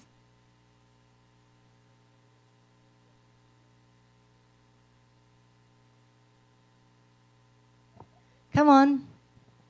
Maybe the person prefers working alone instead of Mhm. working under somebody. Yes. And one thing I would say with regards to working alone, you know, whilst you might have your own business and be working alone, you're not exactly working alone because you have your suppliers, your financiers, whether that is, you know, bank of mom, dad, grandma, grandpa, aunt, uncle, other people within the community, or even a bank like Republic Bank or Nedco. Additionally, especially on customer service, or customer service is very important. Who could tell me why customer service is important? Okay. Yep. So Shania is saying helping out. Customer service is important because, like, if somebody comes into your business, the way how you approach them, they can go and tell other people about the business. Yeah. There is an expression in marketing whereby it says pre. Now, you wouldn't necessarily know this, but there was a time pre-telephone and WhatsApp, cell phone and WhatsApp. During that time, they say that if you got good service, or if I got good service, I might tell 4 to 5 people. If I got bad service, I'm telling 15 to 17 people. With cell phones and WhatsApp, we're telling everyone in Trinidad and Tobago, Facebook, Twitter, TikTok, Instagram. That cook gave me bad service. Don't go there. Or they might tell their friends, Nico gave me great service. I think you should go there. You see the difference? And one thing that I'm very much into is that we're quick to complain and slow to praise or say thank you, acknowledge. And I'd like to encourage you, if someone gives you good service or you go somewhere and someone gives you a beautiful smile, even at your ages, even Jan here could say, thank you, Shania, for that beautiful smile or for telling me hello this morning. Yeah, that really made my morning. And you can practice amongst yourselves. In addition to having your own hours, being your own boss, making the money for yourself, because you might spend 100 hours in the week working for someone else. Because yeah, I've done that. And I actually got a life award. This is when I was working in the UK. Get a life award because you work on a particular project, and I had my job through an agency. I was going on with about maybe 2 hours sleep a night for the week, and if so much, and it was a Get a Life award. Okay? But if I took that same 100 hours and invested in my own business, I would reap those rewards directly. My sister, who's a lawyer, she set up her own practice. And before she did this, she was working with other lawyer firms and getting the experience and so on. Had her first son, and then she decided to go solo. She said, I should have done this sooner. Why? Because she was able to go to school with the kids if they were going on an outing, the sports days, to see my nephew, 6 years old, racing, very athletic he was, racing. Instead of keeping his eye on the finishing line, he's looking at the audience, the attendees there. And my sister's shouting at him, focus on the finishing line. You're looking at the audience. And Shania here, Sergeant Jayan, comes up and runs past me. You know, so in your business, keep your eye on the finishing line because you'll have your competitors watching you and seeking to overtake you. That's why customer service, keeping your eye on your business is very important. Well, how Netco can help you? How many of you are 18? You're 18, okay. Do you know what you'd like to do in business and with your life, work-wise? It's okay if you don't. I actually like art, right? Well, so I was thinking of going into event planning and branching off on the business that my parents have, so opening up. So right now they have events, but it's not as big as I see it. It could get bigger. So my dream is to basically expand and create from a bland place to a grand place. That's me. I love to decorate and stuff. Oh, fantastic. Well done. Yeah. Now, one of the reasons, hey, come on. Thank you. Yes, events in Trinidad and Tobago. And in fact, you don't have to stay within Trinidad and Tobago. You could go out to the Caribbean and even further afield if you wish, because there are opportunities out there. Peter Minshall, how many of you know of him? Yeah, you love him. Okay. Peter Minshall, he's not just a costume carnival band, masquerade costume designer. He has designed costumes for theater in London before he came back to Trinidad. Because I don't know if you know, his parents were actually in Guyana. He was born in Guyana, and his parents came across to Trinidad when he was a baby or so. He has designed costumes for the Olympic Games. It's on YouTube, Barcelona. Have a look there, and you'll see his designs. And my paws are raising because I actually saw it, the opening ceremony on television. I'm also a volunteer with the Olympic Games, by the way. I've done 2 Olympic Games, Sydney and London. Not many people are aware about this about Peter Minshall. In addition, he's done winter Olympic Games costumes. Winter, but the skill is the same, whether it is in sun or whether it's sun, ice, or snow. Additionally, he did 2 costumes, or 3. I remember 2 names, Tantan, Sagaboy, and there's a 3rd one that appeared in Paris. There was a celebration for Bastille Day. I think it was like 1989 or so. And again, it's also on YouTube. And Tantan, Sagaboy, and the other one were on stage in Paris. For the Commonwealth Games, Tantan and Sagaboy were part of the opening ceremony, and that too is on YouTube. So you never know where your product or service could end up. Okay? And that's great kudos to Trinidad and Tobago. Very quickly, because I've been told my time is up. Netco can help not just with financing, so therefore, you can have a look at how Netco can help you, speak to any of the advisors. The telephone numbers are at the bottom of the flyer. And if you look at the flyer, it actually tells you some of the services that Netco can help you with. Business advice, client-focused services, mentorship, so mentoring, financing, entrepreneurial training. We also have workshops and webinars that are virtual.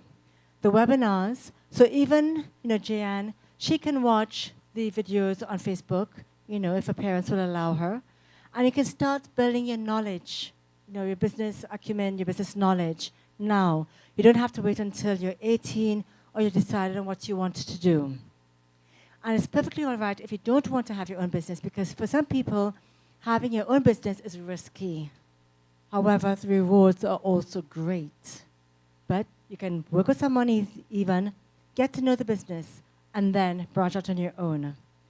On the other side, on the second side, there's social media strategies for micro, small, and medium entrepreneurs. record keeping, cash management. You know, you need to be able to demonstrate your finances, get your invoices, you know, your receipts to show that you're actually making money, because you have to show whether it's, you know, Republic Bank, any other banks, and even Nedco, that you can pay back the loan. Then there, of course, it guides about how to become an entrepreneur, you know, taking it from a part-time hustle to entrepreneurship. You know, someone might decide, I want to make lime juice for, you know, family gatherings. And then decide, you know what, I want to make that a bigger business because I really love making the fruit juices and I have ideas of making it tasty and better. And then also writing a business plan. How are you going to, you know, the strategy, how are you going to get your customers? How are you going to gain more money, gain more market share? How are you going to market your product or services? So the lady in the blue top who wants to do event management, how are you going to get your customers? How are you going to let everyone know that, you know, you're doing this? And perhaps even doing decor for when you have events here at Christmas time or so. That could be, you know, a volunteering opportunity that will give you experience and exposure. So, any questions, comments before I wrap up? No? So you're either all asleep, talking in your sleep, or totally inspired. Anything from anyone else who has not said anything as yet? Okay. I just wanted to ask, I know Nedco does like sessions with business owners and stuff to teach them, I guess, how to operate their business or manage their finances and so on. I'm not sure if the young people know that, so I just wanted to ask if you could expand. I don't know everything. I just know sometimes you'll have those little sessions. Yes, so as I mentioned about the webinars, which tend to be free, and for those of you who have Facebook accounts, follow Nedco on Facebook. And if you don't have a Facebook account because your mommy and daddy or guardian, grandmother, grandfather may have said, auntie, uncle may have said, nope, you're too young, ask them if they will follow Nedco's Facebook page for you. And then they get the information about the training sessions. We just had 3 days, 2nd, 3rd, and 4th of August. We just had an online conference and in person at Makoya Center of Excellence. And there's some fantastic workshops on there. And some fantastic, you know, speakers. So, you know, you can find that on Facebook. And I believe it's going to be on our YouTube channel as well.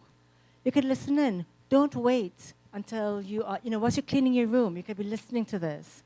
Don't wait until you're 17, 18 and start thinking, oh my gosh, what am I going to be doing after school? Yeah, I don't want to go to university, or I don't want to go there yet, or I need to get some, you know, save up some money. I didn't go straight to university. I worked first. So you may think, this is what I like to do. Start building your knowledge now. Yeah? And kudos to you. So, in appreciation of those who were involved and showed up,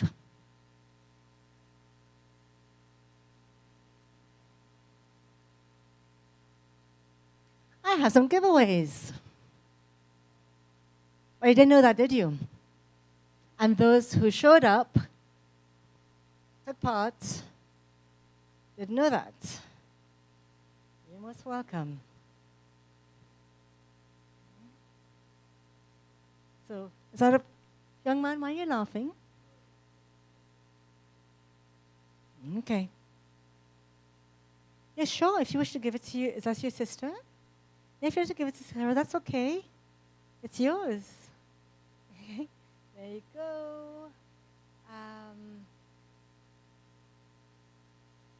Our fashion, our event planner. Oopsie. Just one moment, please.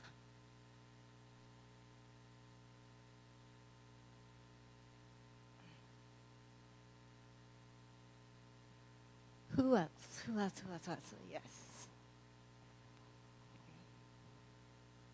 Let's see. Josiah. Oopsie. Thank you.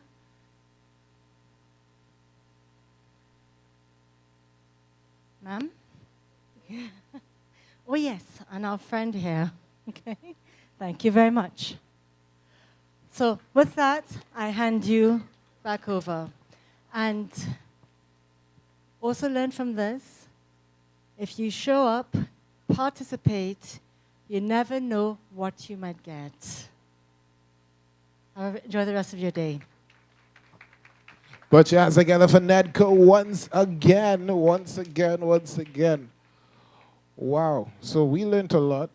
And we're going to learn some more. We're going to get right into the thick of things. So we have another speaker in our midst. This is an individual who does a lot to change the world, all under the banner of loving God, loving people, shining her light and serving as well as possible. We have a singer, an actress, a voiceover talent, administrator, performer, recording artist, writer, attorney, venue manager, production assistant, and all that jazz. She is a creative industries consultant at DMS. She is a chief connector at a big box of crayons. She is the director of the North Coast Pan Serenaders. She is the director of Trinidad and Tobago in Creative Industries Company, Creative TT. She is a chairman at the Trinidad and Tobago Film Company, Film TT. She is a lecturer of the Creative and Festival Arts at UE, and she is a volunteer at Millennium Community Outreach. She is a member of this local house. She is amazing at a lot of things. She is the lively. She is the lovely. She is the benevolent. She is the Dion McNichol Stevenson. Put your hands together. Put your hands together. Put your hands together. All right, all you for doing it. Good afternoon. Yes, it's afternoon. Good afternoon, everybody. A real pleasure to be here. Hold on, I forget one thing. 1 second. Tools to sharpen my axe. 1 second. Boom. Right. Okay. Let's get the things working. Right. Okay. Hi. So, I was asked. I'm really honored to be here with you all this afternoon to talk to you about what I was asked to share on, which is office etiquette, dressing for the interview or the workplace, and entrepreneurship. Please let us have some appreciation for Sister Elime and our representative from NEDCO. So you'll have a very solid foundation to go from, right? Yes? Yeah. So today I will start off with, and I'll just set the foundation scripturally. And we're using Colossians 3, verses 23 to 24, which says, and this is from the New Living Translation, work willingly at whatever you do, as though you were working for the Lord rather than for people. Remember that the Lord will give you an inheritance as your reward, and that the master you are serving is Christ. So whether you're an employee or an entrepreneur, whether you're serving your employer or you're serving your customers and clients, consider that you're working for the Lord. Because everything that you're using actually would have come from Him. The time, your life, your breath, your talent that He gave to you, all the treasures that you were able to accomplish because of what He's done, right? So we want to always come forward. Don't do that. So we always want to make sure that we're working from that perspective. Okay. So office etiquette and dressing for the interview. So we've heard a lot about preparing for the interview in terms of your CV, your resume, your cover letter, etc. And she also spoke Elime also spoke a little bit about what you're going to be looking like when you're getting to the interview. What I want to say is that you want to be the person that you want to work with, whether you are an employee or an entrepreneur. Consider that do so like so.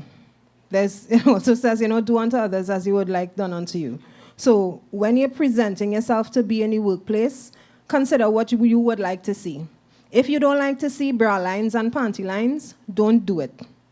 If you don't like to see camel toe and pants down and you're seeing your butt crack, don't do it, right? Because first of all, you're probably not going to get past the interview if that's how you're dressing. And second of all, you might be offending somebody else. Remember, we are Christians, we are ambassadors for Christ, first and foremost, right? So when we presenting ourselves in the marketplace, we want to present ourselves in that way. It's a workplace, and the objective is work, right? So even if the job, because maybe you know that you are an entrepreneur. So for instance, like it's JL, right? JL is clearly an entrepreneur, right? She's already operating in an entrepreneurial way, right? Within a family business. So she's learning that entrepreneurial mindset.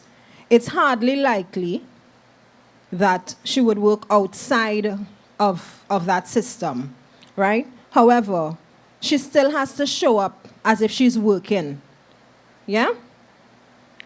So even though, so that in her case, she may say, well, all right, I'll take a little job for maybe a year so I could save up my money to invest into the business that I want to grow, right? So already your long term is not to stay with that organization. But you don't want to sell that from the jump in the sense of them, and this leads back to the question that was asked in terms of asking for your salary. You don't want to give the impression that you're just here for the salary, full stop, because they're likely not going to take you, right, or keep you. So, what's the Sharpen Your Axe strategy? If you are employed, you want to be disciplined, you want to be tolerant, and you want to be productive. You want to get your work done. You have to be disciplined because it's not every day that you're going to be feeling to go to work or feeling to do the work that you have to do. And this is whether you're employed or an entrepreneur. Don't get it twisted. Entrepreneurship is not easy. Working for yourself is not easy. Sometimes it's easier to have somebody saying, you need to be here at this time, and you get to leave at this time. And once you do 1, 2, 3, 4, 5, you have this $5 to collect. When you're working for yourself and you wake up and you don't feel to, it's very tempting to not. But if you don't do what you have to do, you don't get that $5 at the end. Right? So, discipline. Tolerance. Why? Because tolerance is necessary to live in the world with other people. It's not you alone. Things do not revolve around you. Yes, you're a son of God, but you are not the son. Things do not revolve around you. Things will change, and you have to remain adaptable in order to, tolerant in order to adjust to things.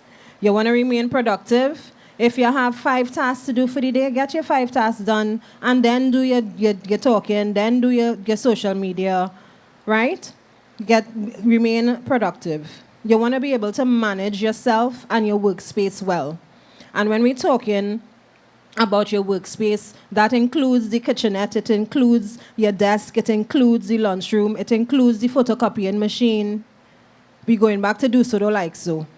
So if you go to the bathroom and you wash your hand and you realize water splash all over the vanity of the face basin, not taking 2 seconds out of your time to take a napkin and wipe it down.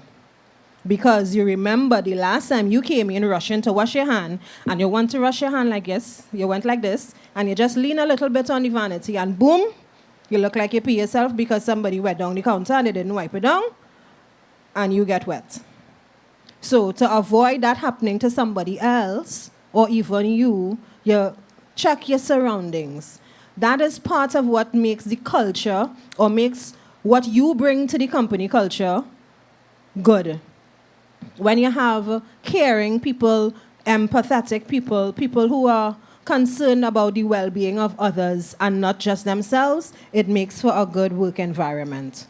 And it just helps you to get your work done better, right? And then you want to stay teachable, because fact, nobody knows everything. You don't know everything. So stay learning and stay humble. Also a fact, nobody likes a know-it-all. Simply because it is inauthentic, as in for the fact above, it's not true. Nobody knows it all, right? And so you don't want to present yourself as that person, especially in a workplace environment, or even as you are working out your entrepreneurship. Okay? So when we're dressing for the interview or the workplace, the simple rule is, and we've heard it in this house, dress how you want to be addressed. So I'll tell you a little story. A friend of mine and myself were walking down this very earthy road. I had on a little top, a long skirt. She had on a very tight pants and a little top. Car is going down the road. 2 men in the vehicle. Anybody want to guess what happened? Sorry? They treat her bad? What you said? Anybody want to guess what happened? I'm hearing something. Tracking. Yeah, we real inside of here, not so? I hear that about Caleb Company, that biz be real. Oh, family. Oh, family. Right? Except it wasn't that respectful. Family could still sound a little nice-ish. It was not nice. Right? She got very offended. And her response also was not nice. Right? And the driver stopped the vehicle and said, "Sistren, watch how your sister dress. If you don't want to get called like, don't dress like." Right? One of my sister-in-laws says, if you have on a football uniform, that's what they're going to assume you're a football player. Right? So if you dress in a particular way, people are going to make assumptions about you. It is not fair. And we may say, but I should be able to dress how I want. But the fact is that people are entitled to their own opinions as well. So when you present yourself always with everything visible to everybody, then you make the connection that is made is that it's okay to say anything to you or about you, because everything out in the open anyway.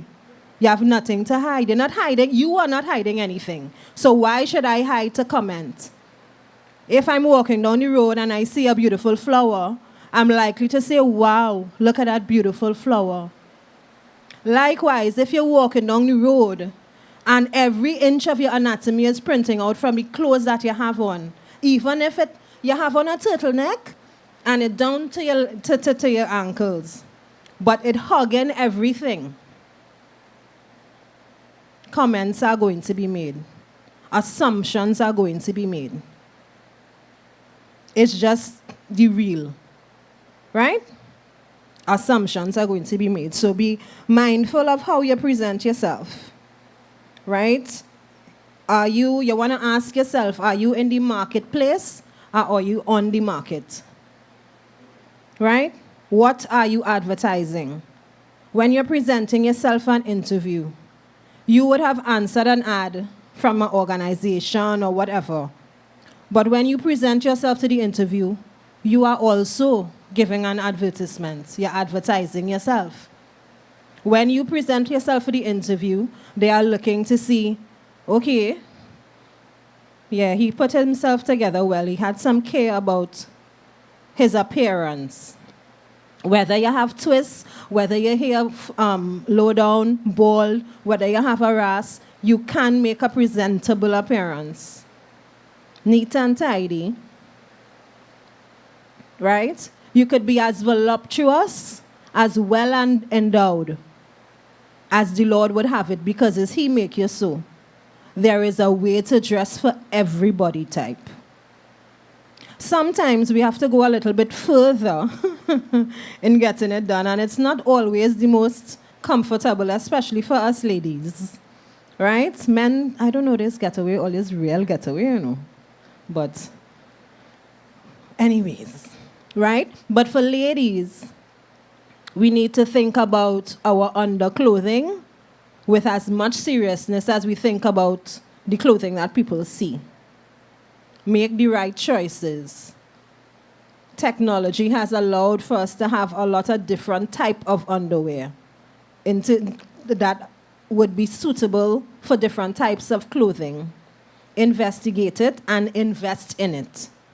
If you're going to be going into the world of work, invest in things that, in clothing that classic, not just trendy stuff. So every female should have a little black dress. That could go for any interview. You throw on a little blazer over that, and you're good to go. You have a little cocktail reception to go to in the evening, you take off your blazer, you're good to go. A little black dress, the LBD. Every female needs to have one. I don't know what's the male equivalent because I'm not a male. But a black suit, right? Yeah? Okay. Boom, bang. All right. Right, so when you're presenting yourself, right, are you asking yourself, what are you advertising? You want to ask yourself also, what does your brand say about you? And when we say brand, I know we hear that word before, brand, right? And what does that mean to us, the word brand? What do we understand by brand? Anybody?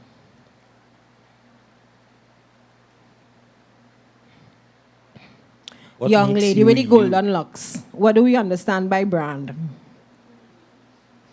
Yeah, for involunteering, I will volunteer. In my opinion, your brand is basically who you are. It portrays what you sell, what you want to give someone for their money. Right, the value that you bring in. Yes. Anybody else? Look, we have another one right in front here. Put up your hand. Your brand is how you present yourself.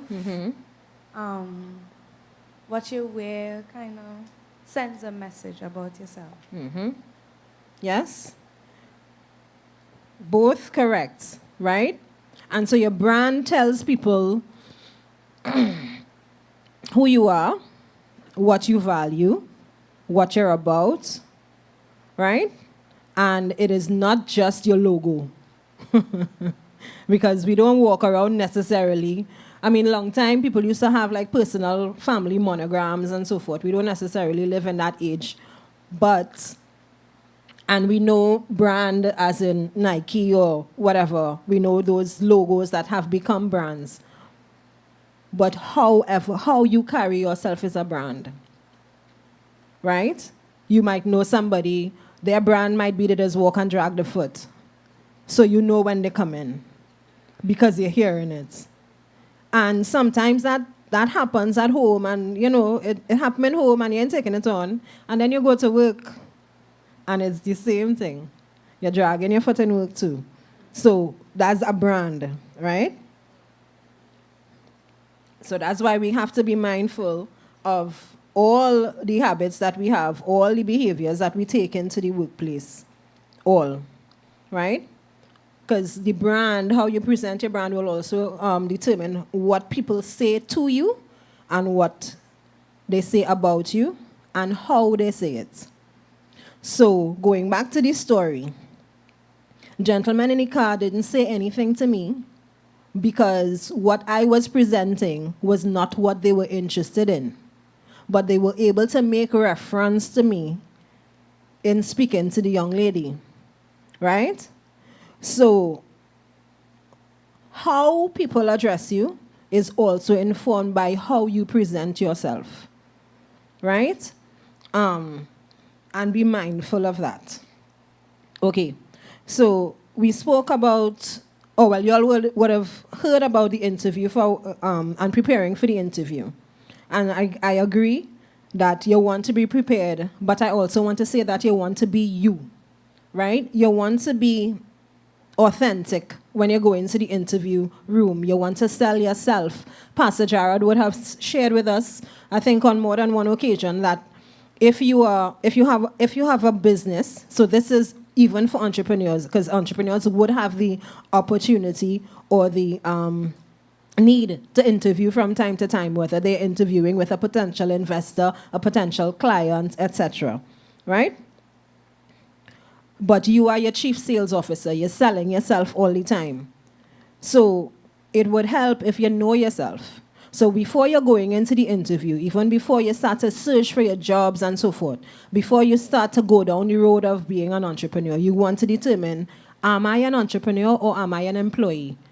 And there's nothing wrong with being an employee. There's nothing wrong with being an entrepreneur. We need both in the world, right? So regardless of which line of the divide you stand on as employee or entrepreneur, and sometimes both, because it can happen where you're working for someone but you're also building your business, right? You want to just make sure that when you're going into that interview, you know who you are and you know who you are presenting in the interview. If it is about you getting a position, then you want to be selling yourself for the position, as Ellen May would have shared, through your resume and also through how you're interacting in the interview, right? The exercises that our friend from NEDCO gave was very interesting in the sense that to see which one of us would really jump to the occasion to participate in something. Because when companies are recruiting, they're recruiting not just for staff, but they're recruiting to build their culture as well. So if you show that you're participatory, if you show that you have energy and you already put yourself apart from the rest, right? Okay. You want to, as Ellen May shared as well, you want to know about the organization that you're selling yourself to, and not just a cursory understanding of what is on the front page of the website. They know what is on the website. Don't go and repeat it for them, right? Be situation appropriate in attire and behavior. I always say horses for courses. If I am going to interview in Buckingham Palace, I will dress differently and I would behave myself differently than if I were going for an interview on a bar on Broadway, right? Horses for courses. We're going on to some entrepreneurship now. In terms of, kind of how you get started or what you want to know.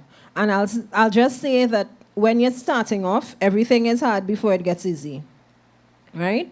And that you don't get what you wish for, but you get what you work for, right? I was supposed to send to you, find a link that I use with my students to assess whether you're an entrepreneur or not, right? But I'll get that to you all another time. But I would say that whether you are an entrepreneur or whether you are an employee, the world needs who you were made to be, right?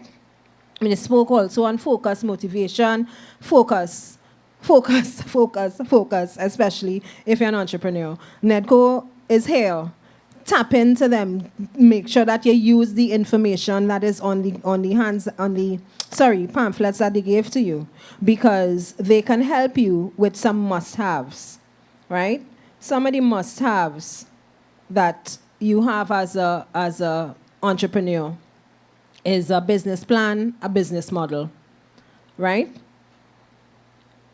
Many times, and I see this when I teach a lot, my students are adults. Most of them already either have businesses or working otherwise.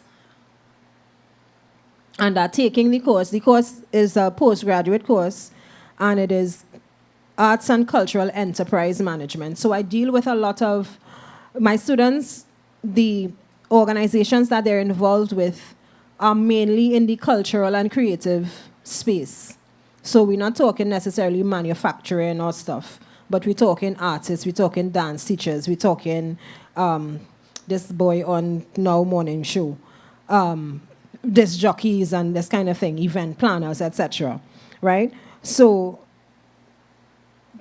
the I think there was a myth in that thinking that creative businesses like don't have to be structured and you could just rush into it because you have a good idea and you're just rushing in. No, it does not. It doesn't work. Right? So must have is the business plan and the business model. You need to take the time to understand, learn, develop, iterate. What does iterate mean? Or iterate means do it over and over again. You have version 1 of your business plan or your business model. Work it, and keep revising it over time and time again. Right? And then you might want to start small. Be comfortable with starting small. Stop trying to make $1 million, make $1 first. Right? Many times we get caught up in wanting to be the big thing, and we're losing out on setting foundation. If you're trying to build very high and your foundation is not good, going to happen? You're going to crumble. You're going to fall on your own weight. Right? So you want to take time to set the examples. So I just want to spend some time looking at a tool that I use to help my students and to help myself as well, because I'm also an entrepreneur, work out ideas that I might have and see whether they're viable or not. So if we could look at the big sketch, the really big idea sketchpad picture, I hope they could see some of what is there, but I'll explain it. I'm not sure if it would come up as a photo, but it's a document. Okay. Is it coming up? No problem. I'll just explain it. So the really big idea sketchpad tool, I'll send it to you all, send it to them so they can have it and give it to you all soft copy, right? What it is basically is a set of Venn diagrams and post-its that answering some questions to help you work out your idea, right? So let's say you have an idea to sell snow cone, right? There's a lovely little snow cone maker here. We could enter into some kidpreneurship. That's what it's called when kids are entrepreneurs, by the way. It's a real thing, kidpreneurship, right? So when we get this in bingo later, and we decide we have an idea. Maybe I could do snow cone every Sunday after service. That's a really good idea. But you need to work it out before you go and set up, right? Before you go and spend money to buy ice and syrup and cups and all the things that you would need. As a matter of fact, this really big idea sketchpad will help you to identify what it is you need in the first place, right? So when you're looking at your business idea, I want to encourage us, don't start with the fact that you think it's a good idea. Somebody needs to buy into your idea in order for you to make money from it. Somebody needs to think it's a good idea, right? So we're looking at this Venn diagram here, right? And when you're thinking about your idea, so okay, you think it's a good idea, but in order for the idea to be translated to money, a business, a company, you need customers, right? Somebody talked about being on an entrepreneurship because they want to work by themselves. Another myth. Nothing is possible by yourself, self. Nothing. You need somebody for something, right? So when you're looking at your idea, you want to think about who's the people that could help make this idea happen. Who are the customers that will pay for this idea when it's realized? What is the value proposition? And value proposition is just a big term to mean what are you giving that somebody wants? What is the value that you are bringing into their life, right? So the value of a snow cone on a really hot day is thirst quench, is refreshment, right? It's all those good feelings, right? It may not be so useful on a rainy day. So all those things have to be taken into consideration when you're thinking about your big idea. Your offering, what are you bringing? Your offering in this case would be the snow cone. Your offering would be the syrups that coming with it and the extra toppings as well. And your core competency speaks to what can I really do well that somebody would pay me to do, right? So my core competency might be, well, let's stick with the snow cone one. As the snow cone example, my core competency could be I could real crush ice.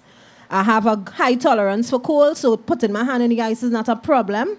I could stand up for long periods of time. I like to be in the sun. I like to talk to people, right?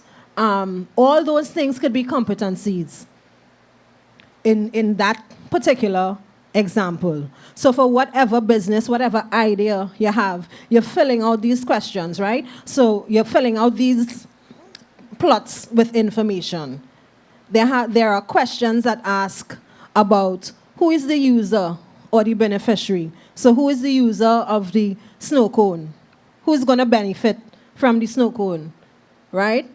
How does the user use the offering? Well, they eat it, right? So that means we have to think about sanitation and health, business health, and et cetera, et cetera. But the point is that the tool helps you to strip down your idea and helps you to understand what you need in order for your idea to be fruitful, and or whether your idea flop, whether you just need to go at the next one. Because that's the good thing about ideas. They're plentiful, right? But if you take the time to work them, they could end up working for you. But if you're rushing into them, they could cause you some trouble, right? So you want to spend some time working them.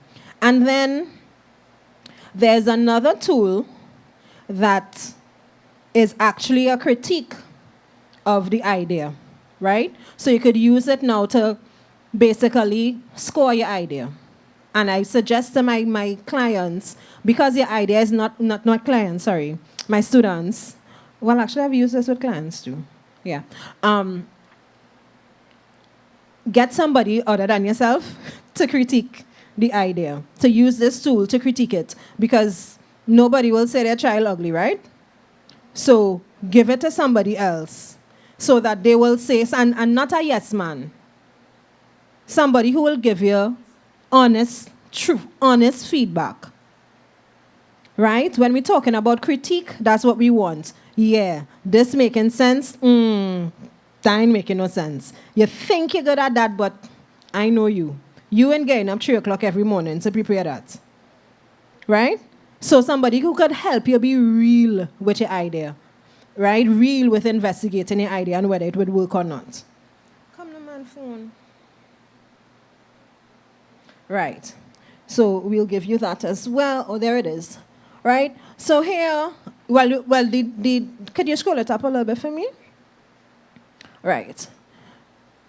So you have areas to identify feasibility. What that means, that is a word that just means, does this work or not? Is it feasible? So if when you do, okay, so they're estimating customers and value proposition, etc., they're asking for feedback on your ideas, etc., right? So the person who is providing the feedback will plot in certain things in here, and at the end of it, it will tell you whether it's a good idea or not a good idea, right? But as I said, if it comes back that is not a good idea, that's not the be-all and end-all, because you could have another idea, and you could work it, right? You could keep working it.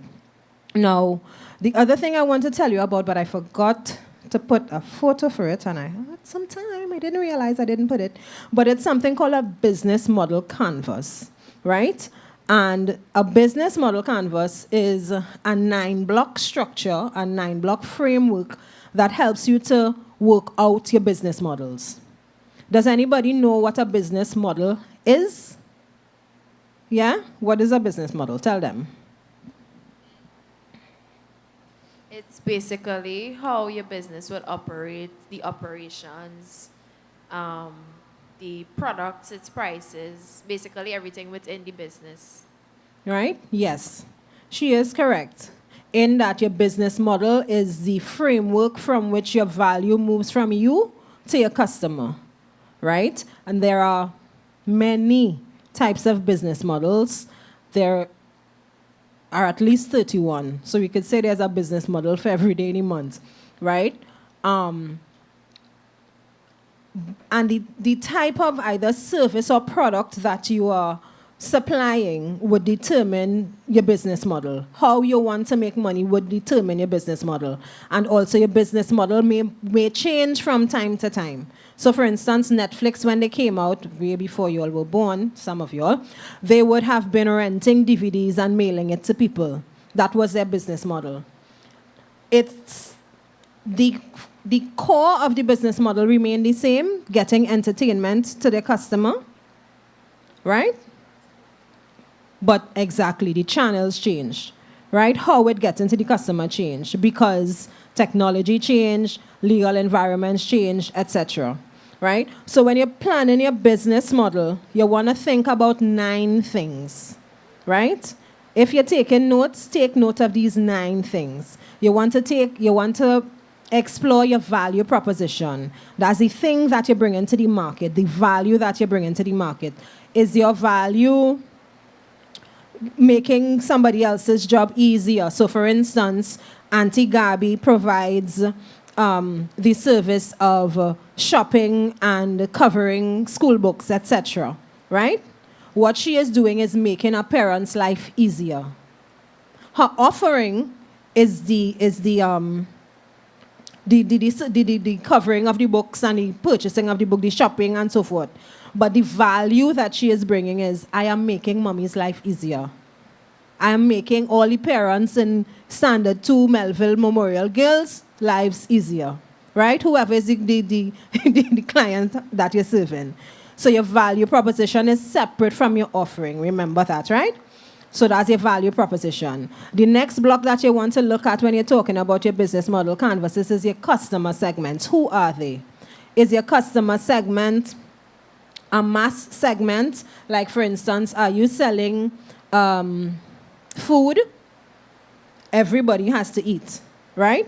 So somebody that is in the business of selling food would say they have a mass customer segment. However, if you are selling a different type of food, let's say Thai food or authentic Indian food, then you may not be selling to the masses. You may be now in a niche market, right? So you will need to identify what type of customer segments you have. Are you in a mass market? Are you in a niche market? Are you in an emerging market, as in the market doesn't really exist, but you are bringing something to the fore that solves a problem for people that they may not know that they exist. Like, we didn't know we needed iPods, but Apple decided that they were creating it, and now it's in the phone. We can't do without it, right?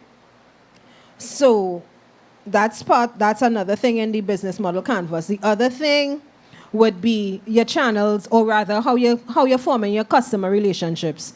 Is your business going to be one where you are face-to-face with people, or is it an online service? Is it a hybrid of both, right? Is it going to be a self-service thing? Can they come in and do what they need to do and just swipe the credit card or click whatever the credit card, if it's e-commerce, etc.? Or do you have a physical person in there? Do you have brick and mortar, buildings, etc.? Those things would have to be considered as well.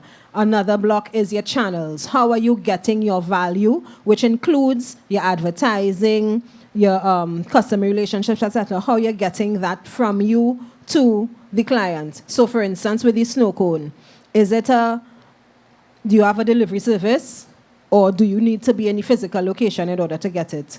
Can I pre-order, like can I send you a WhatsApp order and just drive by and collect it, or must I come and stand in a line? Determine how your customer is getting the value to move from you to them. That would be necessary as well. And then we're talking about your revenue streams. From moving your value proposition through the channel, through your customer relationships and the channels to the customer, what kind of revenue are you able to generate? So if we use the snow cone again, if you're selling snow cone, you're making snow cone, you're also doing syrups, etc. Are you selling in one location? That's one revenue stream. Are you also selling your syrup separately to other snow cone snow cone sellers? That's another revenue stream. Are you doing events where you're doing catering for their particular event? That's another revenue stream, because remember, it's not the one where you're standing and selling. So based on how you decide to get your value proposition to your customer, you could determine different value revenue streams, right? So those are all the nice feel-good parts on the business model canvas. Then we come across to the nitty-gritty parts. Your key activities. What is it that you do from day to day to make your business model operational? Right? Who are the key partners that are involved? We go back to the people in your big sketch idea. Right? Who are the people? Right? Who are your key partners? If you're doing snow cone, well, your ice supplier is a key partner. Whoever you're buying your fruits and stuff that making your syrup is a key partner. If it is you're using a particular spot, let's say around the savannah or whatever, or somebody front yard, that would be your key partner, whoever your location is, etc. Right? So you want to identify who are the key people, key partnerships that you have to have, whether it's suppliers, even sometimes customers could be a key partner as well, right? Because sometimes, and your suppliers also could become a key partner in the sense that because you continue to do business with them, you get reduced prices, right? So that affects how your revenue stream, because it means your costs go down, your profits go up, right? So you want to talk about so that's your key activities, your key partners. What are the key resources that you have? And this is where it's kind of bring me into the spot I really like, because in creative and cultural enterprises, your key resources many times has to do with intellectual property. Many times it has to do with what you know, how you do what you do, how you present in the world, right? So your copyright, your trademarks, your patents, your industrial designs, right? Your know-how, your trade secrets. And it's really, for me, very interesting to turn ideas into generational wealth. To turn a song that you have into a song that we listened to on the radio, but then we saw it in a film, and then it was also in an ad, and then somebody created some piece of fashion out of it because they were designed, and multiple people would have been able to earn from that one idea being realized, as well as to get enjoyment from it. Right? So that's why I like intellectual property, because it's something that each and every one of us can benefit from and have benefited from. I use an IP right now. Right? All these things, inventions, there were patents on these things at some point in time. The tea that you're drinking, I'm sure there's some kind of trademark on it or something. What you're wearing probably is something trademarked, etc. So we live in intellectual property. That's why I'm excited about it. Don't blame me, as a nerd. Right. Okay. What else I want to say? Right. And I want to say that, and this is me kind of actually, let me get down to the legalities. Right. So being an entrepreneur, as I said, many times, because I'm dealing with persons in the creative and cultural industries, which has tended to be a little bit fluid and less structured than, let's say, manufacturing. So Kiss Bakery and, Linda's and these people who do wholesale and retail, and they tend to be a little bit more structured, right? But in the creative spaces tend to be a little bit more fluid. Right? Because many times, as the Netco lady even mentioned, we're going from a hustle and making it into a business, or even a hobby, and we're realizing, but no, this could become a business, right? So we have to set some structures. So that would require you to understand the legalities related to your entrepreneurial venture. And so whatever sector you're operating in, if you're operating in food, like with the snow cone, you need to understand or be aware of what are the laws that relate to that. So if you will find out that if I want to sell snow cone, I need a food badge. and I need to be maintaining that for as long as I want to be doing that, right? If I'm doing something else, there may be some other, either certification or something that I might need to get in order to operate in that area. I might need to join some kind of association. If I'm a music writer or a performer, I may need to join COT or something so that they could manage my copyright, etc. Find out about the sector that you're in and what legalities apply to them.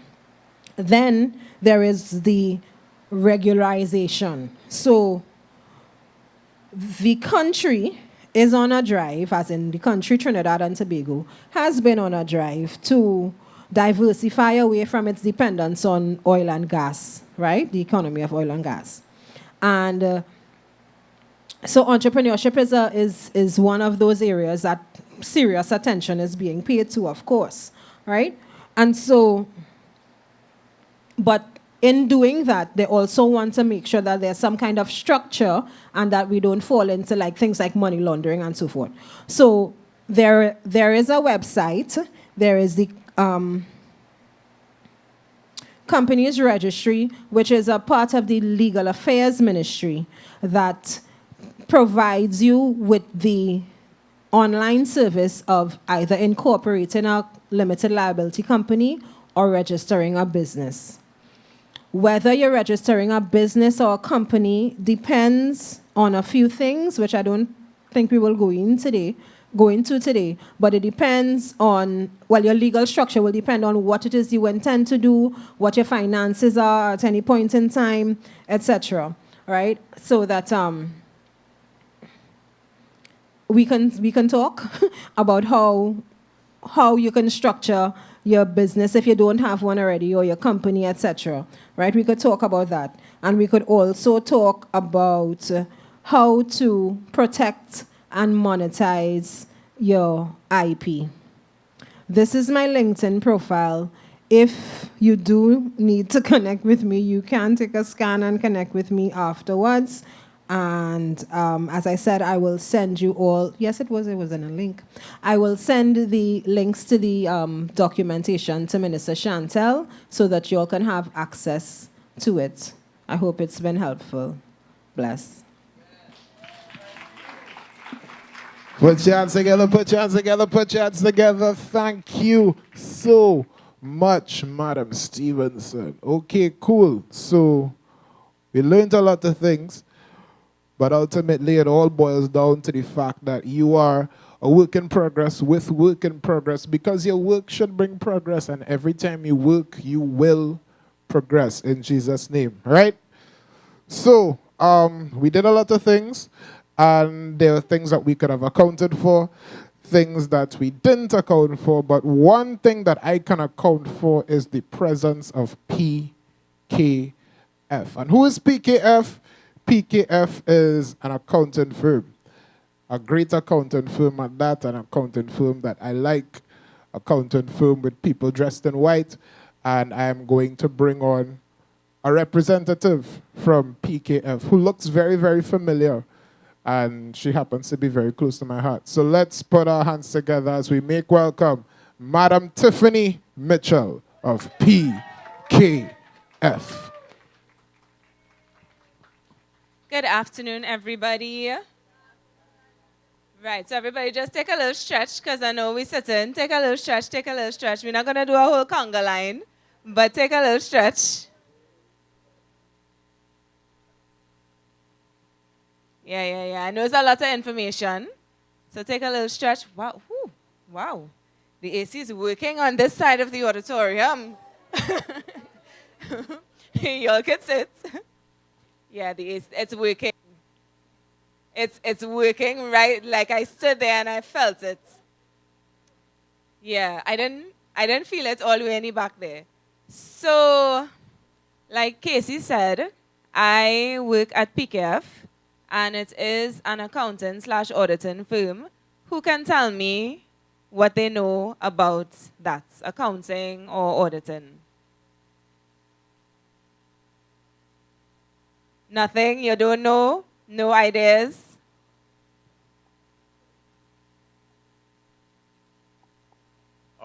Basically in charge of the finances of an organization. Well, yes, that's the accounting aspect of an organization, yes. Anybody here likes accounts? Hey, right? I have a friend there that likes accounts. Nobody else? I saw one hand, two hands. That's it? Pastor Claire says she likes it a little bit. So, as an accountant, I'm an auditor by profession, but my qualification is something called ACCA, right? So it's an accounting profession. ACCA stands for the Association of Chartered Certified Accountants. Somebody said what? I'm not sure. Yeah, that's the name of the accounting body, right? So it's basically like a membership. So you go through your exams and you get your accounting qualification and you're an accountant. So that's what an accountant does. So they maintain and manage the accounts, the finances of a business. So all these budding entrepreneurs, you all are going to need an accountant, right? So remember me, right? When you start your businesses, I am ready to come and be your accountant and check your dollars, right? And make sure everything adding up. And I'm going to keep you on a budget. So all the money that you think you're making, you want to spend all, no, you have to save some, right? So that's accounting. Auditing, and anybody knows what auditing is? Anybody else other than Jaylene? Before I let Jaylene answer, any ideas? None? Nothing? Never heard about it before, so my whole profession you'll know nothing about. Go ahead, Jaylene, tell them. Okay, so auditing is basically reevaluating the books of the business to make sure that it adheres to the regulations and standards of accounting. Excellent. She is 100% correct, right? So on a daily, right, myself and my coworker, we check the accounts of different businesses. So we make sure that the accountants do what they're supposed to do. So accountants fall in Trinidad, they follow rules under international financial reporting standards, right? So it's just a big phrase just to basically say those are the rules that you need to follow when you do accounting. So the same way you have rules as an engineer or you have rules as a chef, you have a recipe to follow. Accountants have regulations and guidelines that we need to follow to make sure that you are accounting for things correctly. So my job as an auditor is to come in and check to make sure that accountants are doing what they are supposed to do, to make sure that there's no fraud, to make sure that they're not stealing the money, right? And to make sure that everything lines up and goes according to international financial reporting standards. So that's basically what I do. So as an auditor, we provide our customers with something called an audited report, right? And within that report, we give an opinion. The definition is to give a true and fair view of the accounts to make sure that everything is in line and reasonable assurance, right? Because we can't check everything, but we will make sure that reasonably your accounts are matching and everything is in line and everything is in order. So that's basically what we do. So we do small businesses, we do large companies, we do state enterprises, we also do taxation services. So if you are running your business, you also need to follow the tax guidelines of Trinidad and Tobago as well and pay your taxes, right? Corporation tax, green fund levy, VAT. You all know about VAT? Right, when you go to a grocery, it has the selling price and then plus VAT, right? So you need to make sure and pay over VAT to BIR. What is that? VAT, correct. VAT does not belong to you, right? So you have to make sure that you are accounting for your VAT correctly, and those are things that we come in and check. And that's basically it as an auditor, just to make sure that the accountants do what they are supposed to do. Anybody has any questions? My profession, easy. Yeah. Once you get according to Pastor Clay, once you have your accounting profession, because ideally you should be an accountant to be an auditor. You don't have to, but it helps. Because as an accountant, you would know all the financial reporting standards, and it will help you be a better auditor. Now, auditors, we also have standards to follow. So we have international standards on auditing. So there's a lot of information, there's a lot of rules that we need to follow in order to make sure that companies' records are in order, because people place reliance on the financial statements. So when you go to the bank, you have your business, and you need to take a loan. The banks are going to ask you for your financial statements, and in most instances, they're going to need it to be audited, right? So myself as an auditor, we have to check your accounts, make sure it's correct, sign off on it, and then you can take those to the bank for them to place reliance on it. I see Uncle Andel had a question. Yes, I have a kind of thought-provoking question. If I have reason to believe that my employer is not being true with regards to the finances in my business, how do I approach that? Well, we do have something called, what do you call it again? Whistleblowing. So basically, you can go and you could report. You can tell, yes, you can tell, but your first step, so your first step, if it is you are in, what type of employer are you? What level are you at? Middle management. Middle management. Okay, so you are a manager and above you is like a senior director, and you feel that that director is not doing the right thing. Okay, so then you go to the board. So you have a right, you have the ability to go to the person above them and report it to them. If you feel that they are all in collusion, then you'll have to take it a step further and probably do some investigating and take it to your internal audit if it's an organization that has internal auditors, and then go from there.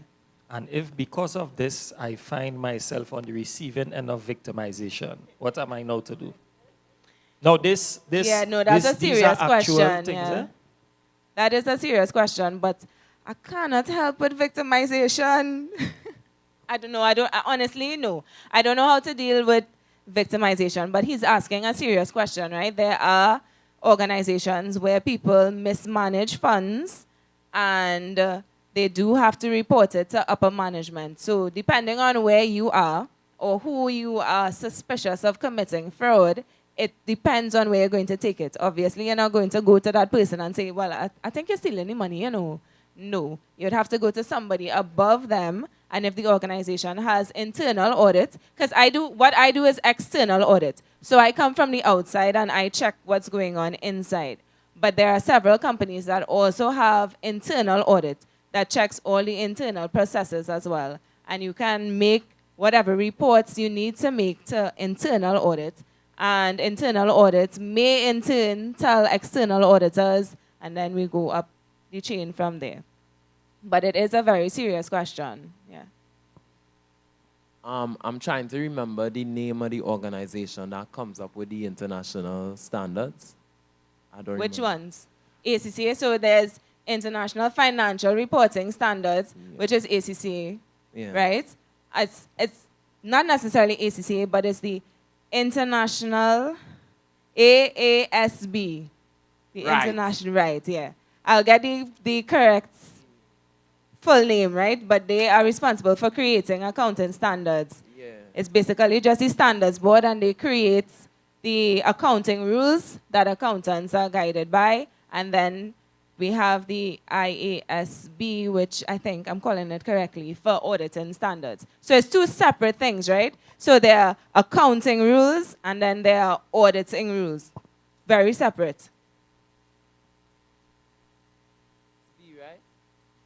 Yeah. So there are, so ACCA is UK based, right? It's an English qualification, but there's also CPA, Certified Practicing Accountant. They use that in the United States, and there's also CFA. I think they use that more in Canada as well. But in Trinidad, the local profession that most people go after is ACCA. When you go through ACCA, you have to be a member of ACCA as well as a member of ICAT, which is our local body, the International ICAT. Can't remember what everything stands for right now, right? But it's just the local accounting body in Trinidad and Tobago for accountants. But after you can, I know we are pressed for time, so we are at the table, and if anybody has any more questions, you all can ask me, right? Anybody here thinking about being an accountant? Yeah, a hard no, boy. Jaylene is my friend today. Jaylene will have a conversation after CC2. I hear some hard no's in front here. But any other quick questions before I hand over the mic? Pardon me?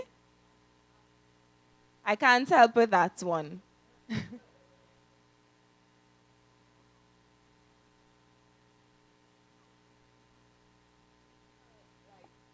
That's accountant part to go straight into being an auditor. No, well, you have to have some sort sort of accounting background, or there are auditing qualifications as well. So you may not necessarily be an external auditor, but you can be an internal auditor for a particular organization. So there are auditing qualifications as well that you can gain, not necessarily accounting qualifications. Okay, cool. Anything else? All right, that's all for me. Thank you for your attention.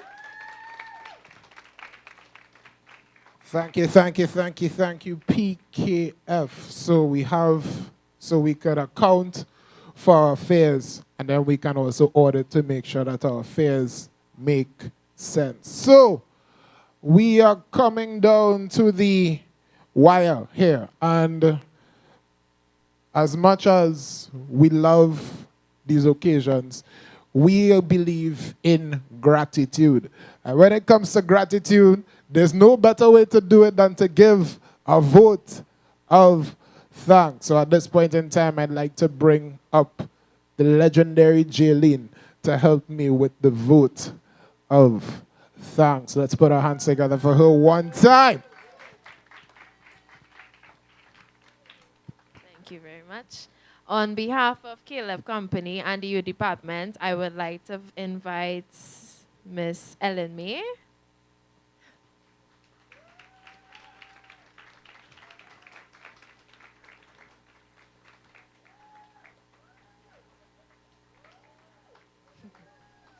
We would like to thank you for taking time out of your day to educate us on the stuff that you taught us today. Thank you very much.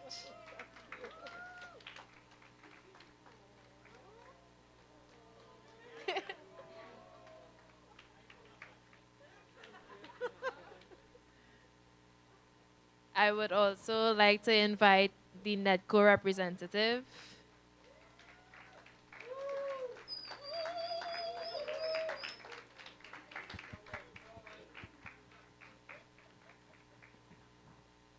With all the information that you taught us, we didn't get your name, so we would like to know your name. It's Josephine, and you're clapping me, which I appreciate very, very much. However, it's actually a clap for yourselves, because I could not have done what I did up here without your help, your energy, and your participation. So, thank you.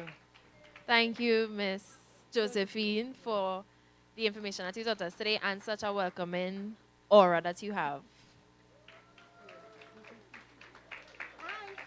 For those who can't see it, we're wearing the same sandals. Yeah, I noticed it when you passed. Oh, you got it already. Yeah. Thank you. I would also like to invite Miss Deacon Dion.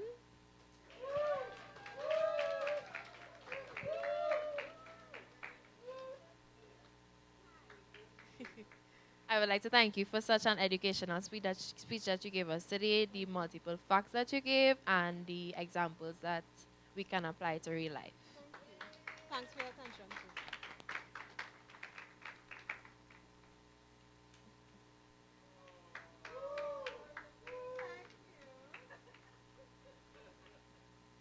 And last but not least, I would like to invite PKF.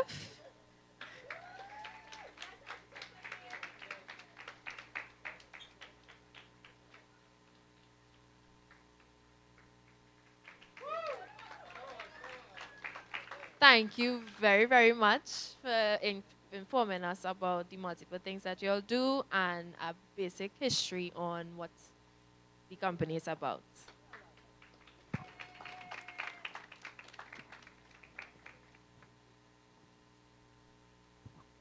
Thank you very much for that vote of thanks, Jaylene. We appreciate you always and forever. Cool. So this is the part where we get interactive. Somebody say interactive. Right. Cool. So if we look across to my right, which is your left, you will see a series of tables covered by a series of tablecloths that are all colored red. And these tables with tablecloths are occupied by businesses the world over. We talking about Ebenezer. We raising the Ebenezer because the web is a crazy place and they're here to help you. We talking about the brand Ade because earrings are important for our ladies. We talking about PKF. We talking about Nedco. We talking about all sorts of businesses out here. So the time is now. It is time to arise.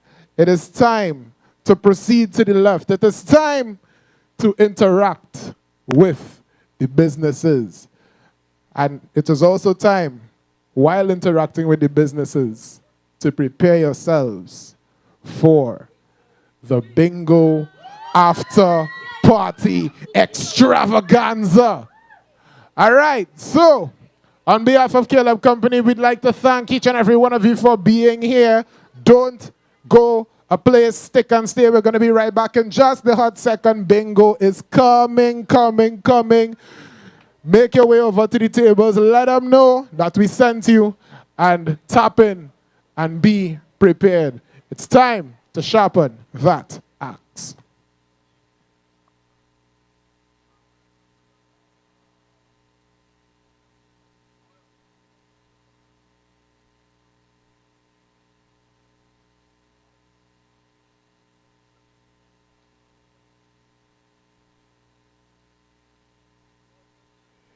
If we could have a great selection of music from our media room, that would be perfect.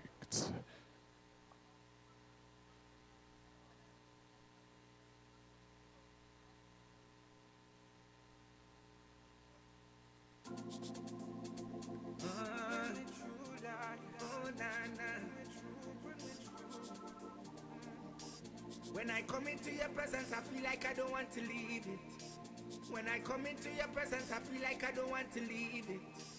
When I come into your presence, I feel like I don't want to leave it. Oh, la, la. I'll never turn my back on you, Jesus. I'll never turn my back on you, Jesus. So much of things you bring me through. So much of things you bring me through. So much of things you bring me through. Tell me where you want me to. So much of things you bring me through. So much of things you bring me through. So much of things you bring me through. Tell me where you want me to. I'll never turn my back on you, Jesus. I'll never turn my back on you, Jesus. Fill my cup, Lord Jesus. Fill it up till it running over.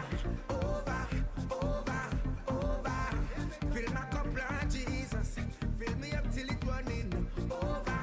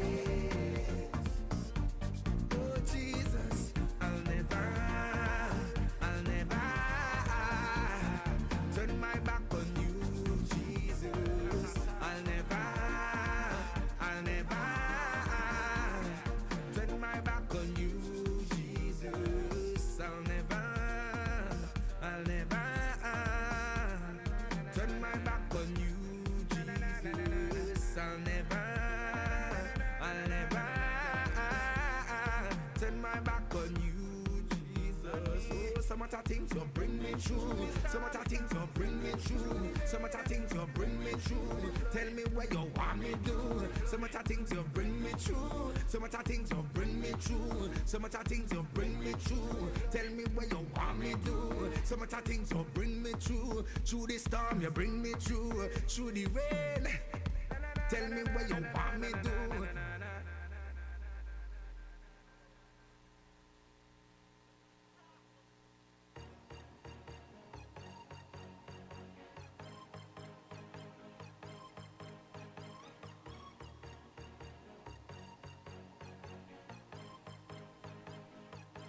Oh, na, na, na. Favor me. Oh, na, na, na. Declaration for this nation. Oh, gosh. Wake up to a new day early this morning. Oh, gosh. Thank the Father for the mercies He's sending. Oh, gosh. Put on a smile and the clothes on my back and out the door. And in my mind, you start confronting me. But I can see them coming.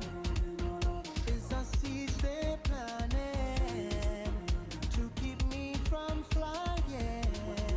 But you can try on your walk. You see me this year. Hey, try anything I will overcome. Live like you want me to live and run. No obstacle that you bring and come. Could ever keep child I'm upside down. Inside and outside distractions come, but I will keep my eyes on your son. See him willing on the faith be strong. Declare till the kingdom come. Telling you. Mercy's a garden, favor a garden, blessings a garden over me. Mercy's a garden, favor a garden, blessings a garden over me. Mercy's a garden, favor a garden, blessings a garden over me. Mercy's a garden, favor a garden, blessings a garden over me. I come to hurt some feelings, I come to make some noise. Your movements, them out of timing, just get me so annoyed. It's so bold face, want to have your own way. Depression and loneliness is sent to control me, but I say nah. Grace and mercy, follow me, follow me, follow me, but you stay far. Spirit you sent to bother me, bother me, bother me, to keep me from flying. So you can try on your walk, see me this year, yeah. Try that digging, I will overcome. Live like you want me to live and done. No obstacle that you bring and come. Could ever keep child I'm upside down. Close the plate and step up. Yeah, keep it down, look at get up. Therefore I don't care what you have to say. I praise my God till lift it up. Telling you, mercy's a garden, favor a garden, blessings a garden over me. Mercy's a garden, favor a garden, blessings a garden over me. Mercy's a garden, favor a garden, blessings a garden over me. Mercy's a garden, favor a garden, blessings a garden over me. I feeling that I'm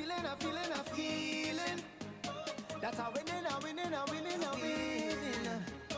It's the blessing, the blessing, the blessing, the blessing over me. I'm telling you, mercy's a garden, favor a garden, blessings a garden over me.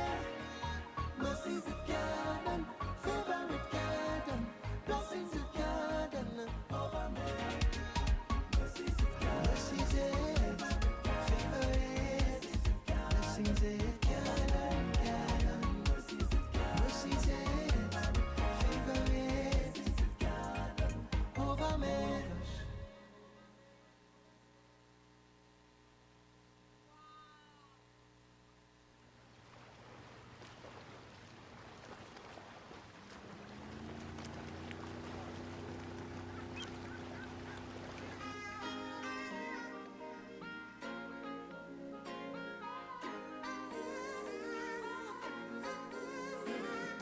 Am I?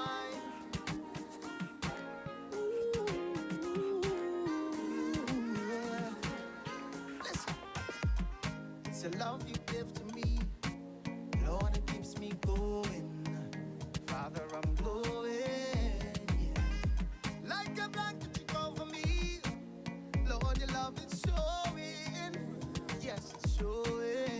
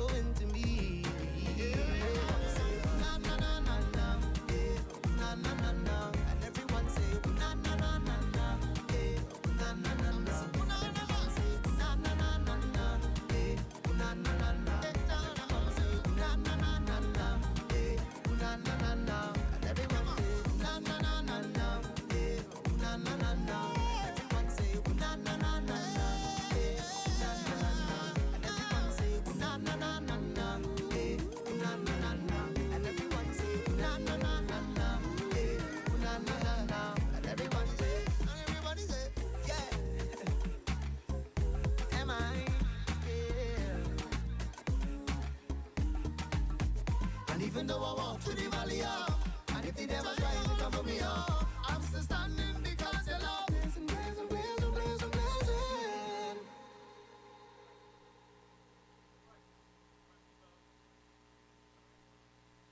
Let the music bring me closer. Hey, hey, hey, hey. Oh, but then they boy. Ah, ah. Oh yeah, oh yeah, oh yeah, oh yeah, oh yeah, oh yeah. Hey, walking close to you means I'm far from sin, and far from sin means a deep within. So guide me, guide me, guide me. Lord, I need you closer. So hide me, hide me, hide me as I put you first. Yeah. And this thing not easy, so Lord, you please guide me everywhere I go. Oh, oh, oh, and I need you to keep me. Jesus, keep me closer to you. Just a little closer, closer. That's where I wanna be. Just a little closer, closer. That is where I wanna be. 'Cause I want to be right where you are. I want to be right where you are. 'Cause I want to be right where you are. Just want to be right where you are. I wanna be. Having you close, it is a blessing. Putting you first, the devil him can't win. No, so I will never ever take my eye off of you. I will always, always keep on following you. 'Cause in your presence, that is where I'm strong. So hide me in your presence where the devil can come around. 'Cause I need to keep him further. So Jesus, just keep me closer. Just a little closer. Closer. That's where I wanna be. Just a little closer. Closer. That is where I wanna be. 'Cause I want to be right where you are. I want to be right where you are. I want to be right where you are.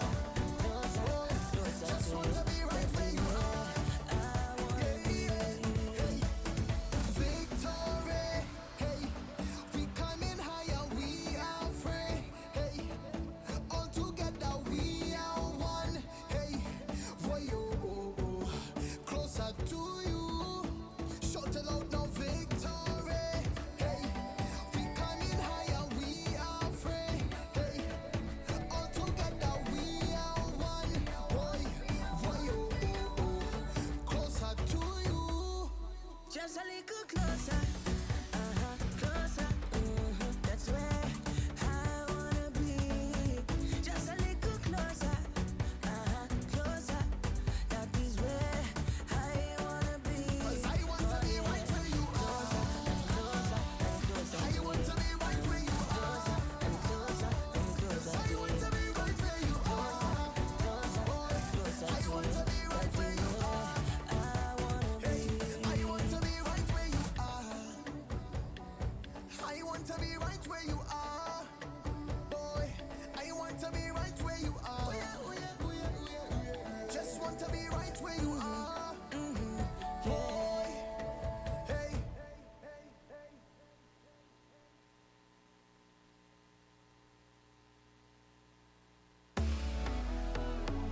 So amazing, you're keeping power. So amazing, I get strength any hour. So amazing, you're keeping power.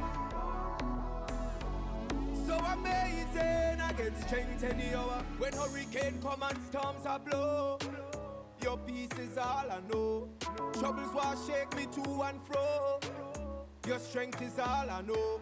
Perfect in every way, defeat every enemy. Standing beside me in any sign of tragedy. When dark clouds come, there is no need to run. You are my anchor, Lord, you hold me steady.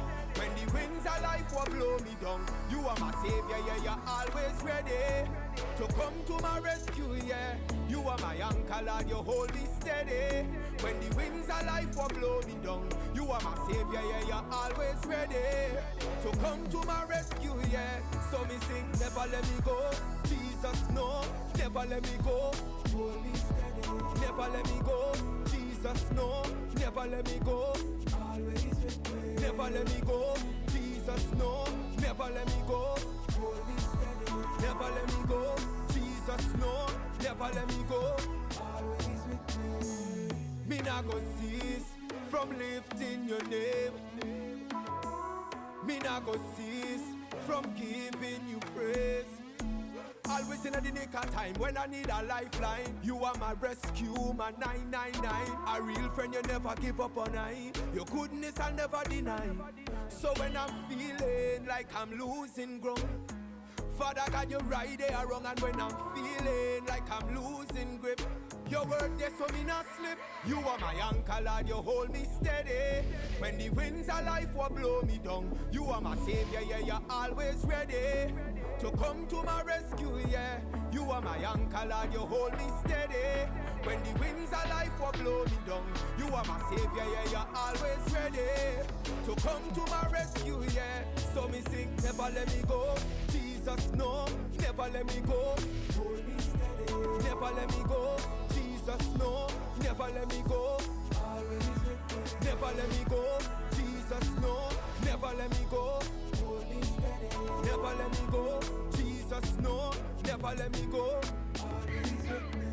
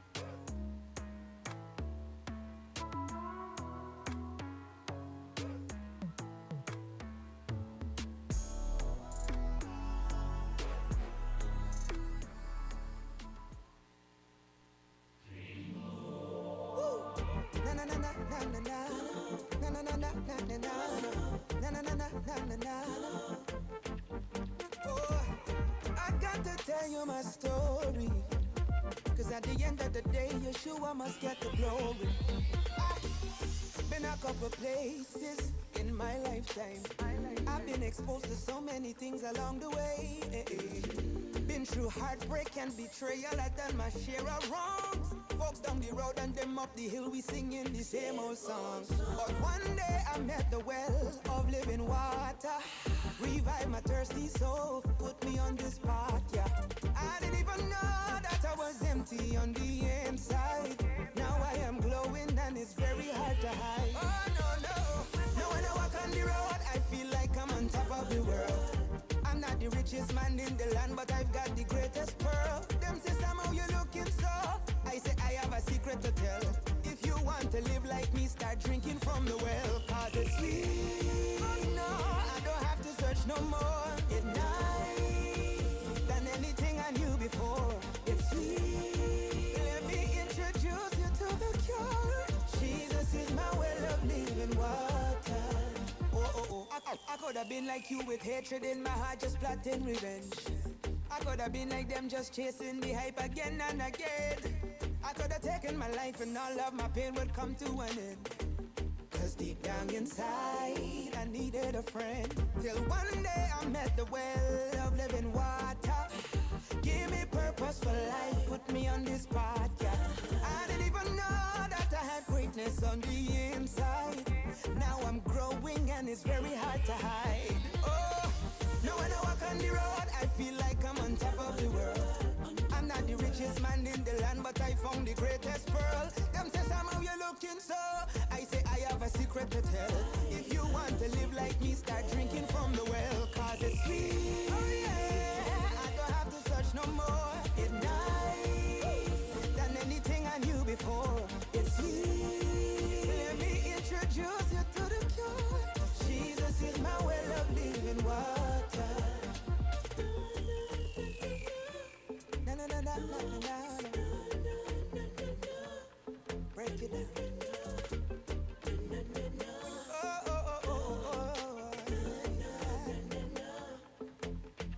Now, every song that I'm bringing forth is because of you. Every land that I'm flying to is because of you. Oh, and every happy tear I cry is because of you. You better believe me. Every soul I touch is cause I'm drinking from the well. Now when I walk on the road, I feel like I'm on top of the world. I'm not the richest man in the land, but I found the greatest pearl. Them say somehow you're looking so. I say I have a secret to tell. If y'all want to live like me, start drinking from the well. Cause it's sweet. Oh, I don't have to search no more. It's nice. Oh, than anything I knew before. It's sweet. Let me introduce you to the cure. Jesus is my well of living water. Na na na na na na na. Cheap road. Na na na na na na na. Paradigm.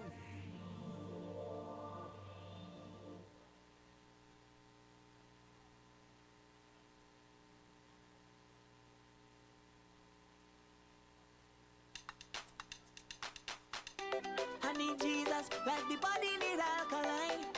So tell the devil packing things up and right out of my mind. Tell the devil let go. You know let me. God in control of me. And my lifestyle never live. Let go. You know let me. God in control of me. And my lifestyle never live. I don't want no punching that does interfere with me lungs. Just give me my Jesus, cause that never get me drunk. So feel this thing underrated, but I does appreciate it. Cause in Jesus I am blessed with so much side effects. I got love, I got peace, flowing like a river. Joy all over me, yeah. Feeling like a winner. Cause too long the devil had me down. Tell them that I'm no longer born. Tell the devil let go. You know let me. God in control of me. And my lifestyle never live. Let go. You know let me. God in control of me. And my lifestyle never live. I don't want no weed, no deal with no kind of drugs. Just give me my Jesus, or wrap me up with his love. Some say this thing underrated, but I just appreciate it. Cause in Jesus I am blessed with so much side effects. I got love, I got peace, flowing like a river. Joy all over me, yeah. Feeling like a winner. Cause too long the devil had me down. Tell them that I'm no longer born. Tell the devil let go. You know let me. God in control of me. And my lifestyle never live. Let go. You know let me. God in control of me. And my lifestyle never live. I don't want no punching that does interfere with me lungs.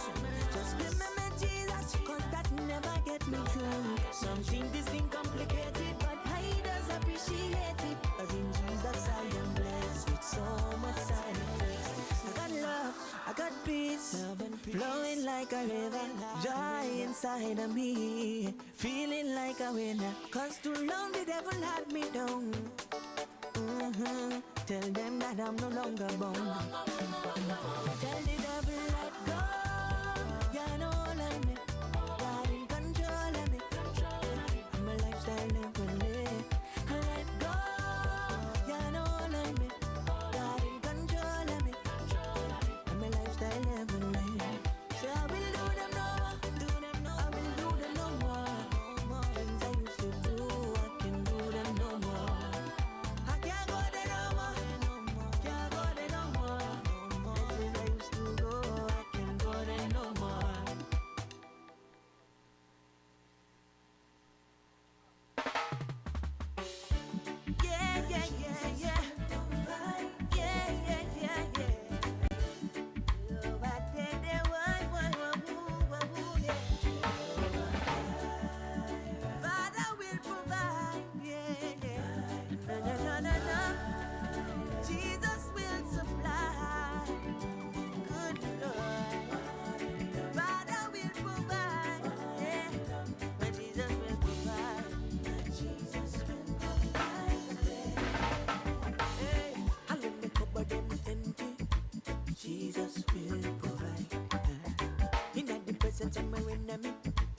Jesus will provide. Recession in the country, Jesus will provide. So when me don't have nothing, me no worry. Jesus will always provide for me. Jesus will provide. Jesus will provide. And when me cupboard them empty, Jesus will provide. Come on, Jesus will provide. I say Jesus will provide. And when me cupboard them empty, Jesus will provide. He better than kiss and quail. He keep on putting bread on my table. Lindos and Freddy, them not ready. Jesus Christ always got me. Yeah. And he's my chief baker. So my bread basket always run over. So blessings overflow, overflow, overflow. Now I know, now I know, now I know that Jesus will provide. Jesus will provide. And when the cupboard them empty, Jesus will provide. Come on, Jesus will provide. I said Jesus will provide. And when the cupboard them empty, Jesus will provide. He's my provider, my Jehovah Jireh, and my supervisor. My cup run it over, so overflow, overflow, overflow. Now I know, I know, I know, I know, I know. 'Cause like you doing it for spite, no matter what, Jesus will provide. So Jesus will provide. Jesus will provide. And when me cupboard them empty, Jesus will provide. Come on, Jesus will provide. I say Jesus will provide. And when me cupboard them empty, Jesus will provide. Jesus will provide. Jesus will provide. And when me cupboard them empty, Jesus will provide. Come on, Jesus will provide. I say Jesus will provide. And when me cupboard them empty, Jesus will provide. Jesus will provide. Yes, He will. Yes, He will.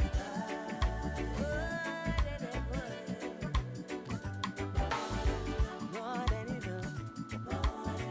More than enough, boy. More than enough for me.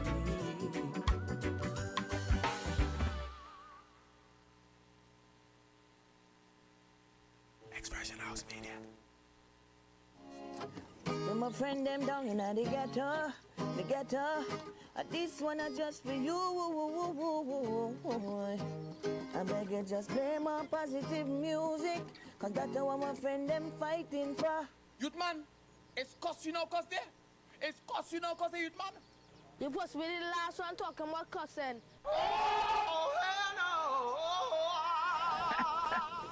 You look for that. You had to practice what you preach. Them youths listening to everything you say. Oh Lord, make me talk to them gunman them, why? Talk to them. Bam bam, brother, brother. My journey, God alone, I walk with me. Okay. I want them by them promoting. We've had a body gun thing, and I know what them want. Not ready like ready for no shelling. Swanny say, watch your friend in her, because me friend up by them friend killer. Why can't we just live like brother, brother? Let love one another. Make the old place better, so we know one of our young leader. Make them buy come out of peer pressure. Why everybody wanna be a sasa? I know no answers, them who I press. When a big chain and white vest. Them put mama in stress. When the maniac march out and live one life. When Swally Gelsano, Lumpy Boss Movado. Telling maniac, Rion and KG. Listen what me tell you. We need more love in the ghetto. Sing some positive tune and set them ghetto youths free. Living in a gunman town. We don't need no gunman sound.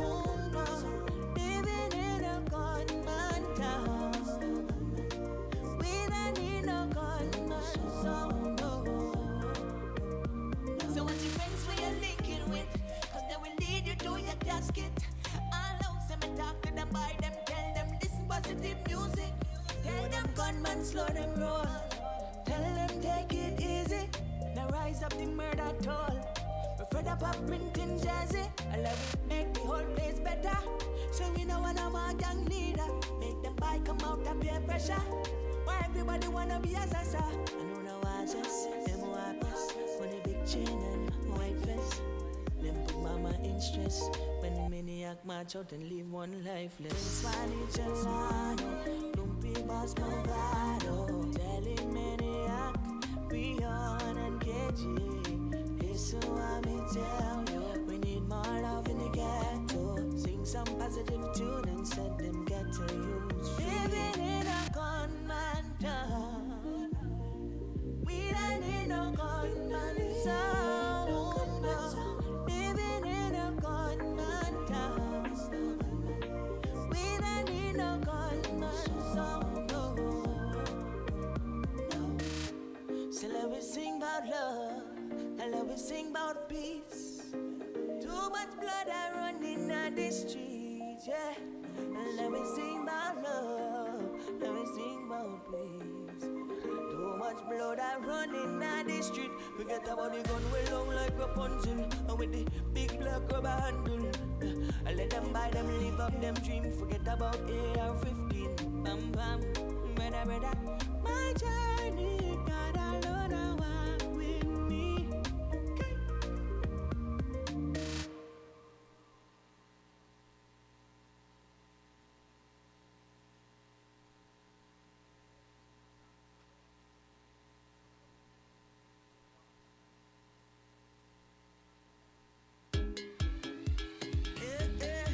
Well, look at you now.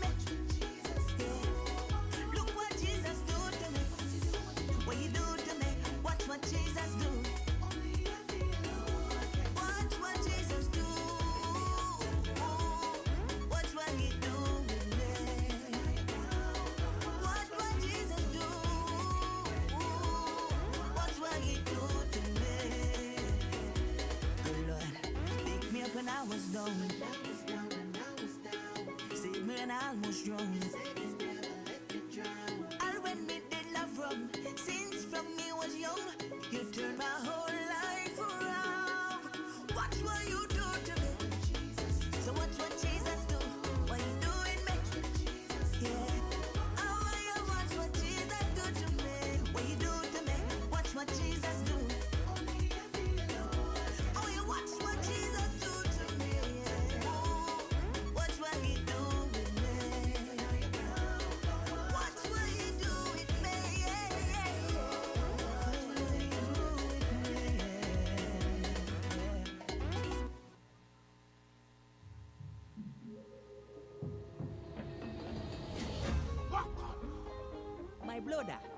need you to stop the line, eh?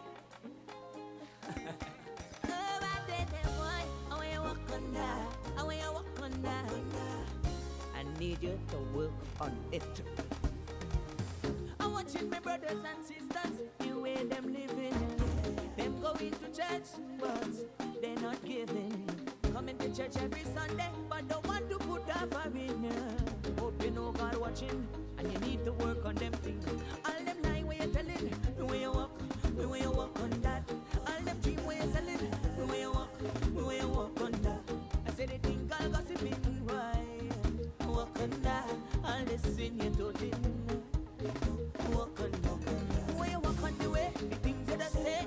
When you get vexed, when you walk on the way, you're not testifying. When you know that you're blessed, oh, you walk on that, walk on that, walk on that, walk on that, oh, walk on that, walk on that, walk on that. Oh gosh, it does hurt with your dirty jokes. Them don't know you're a Christian when you go to work. Cause your conversation dirty, life not up the bar. Why you living so? Why you walk on that? All the lie we're telling, where you walk on that.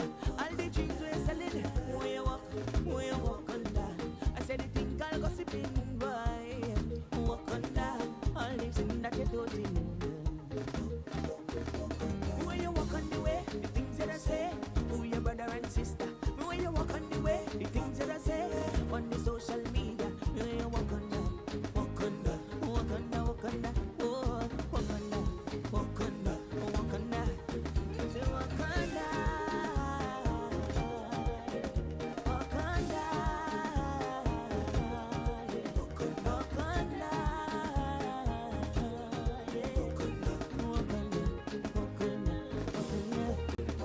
All this in your dirty, yeah. The evil that you're planning, yeah. All this post that you're beating, the people that you're not forgiving, yeah. And if you had no patience, no. How about your church attendance, yeah? Prayer meeting consistent, yeah. How are you walk on that, yeah. So walk on that. Walk on that.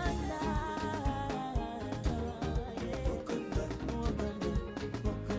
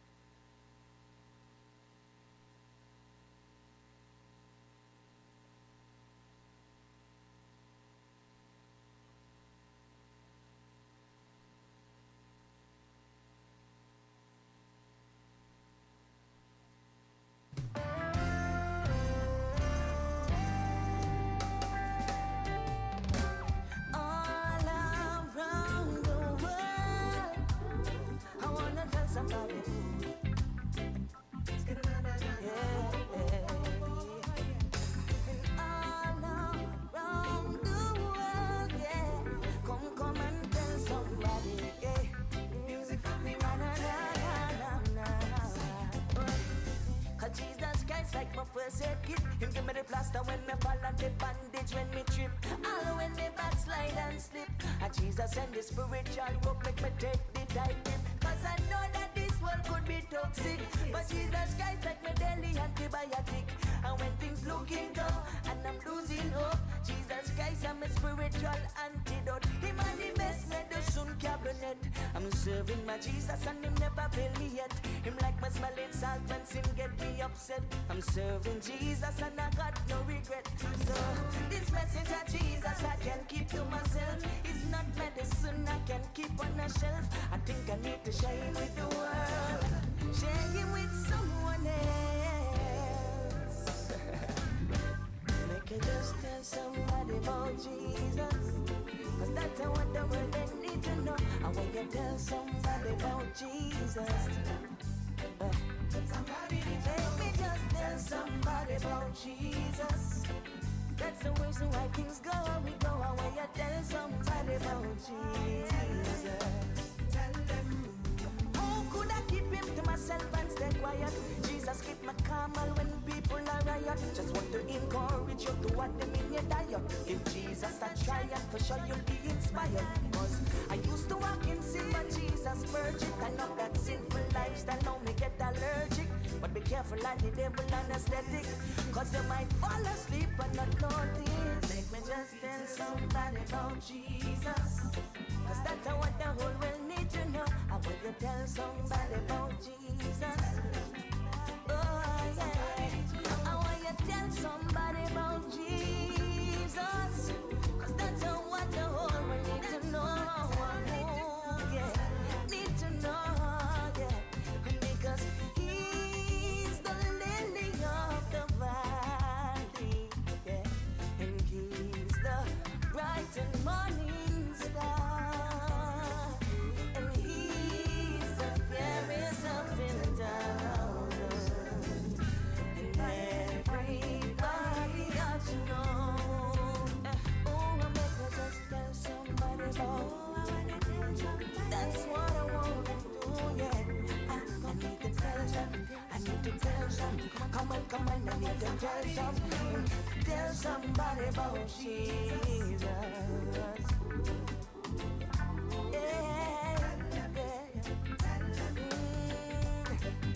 Make me just tell somebody about Jesus. I wanna tell somebody.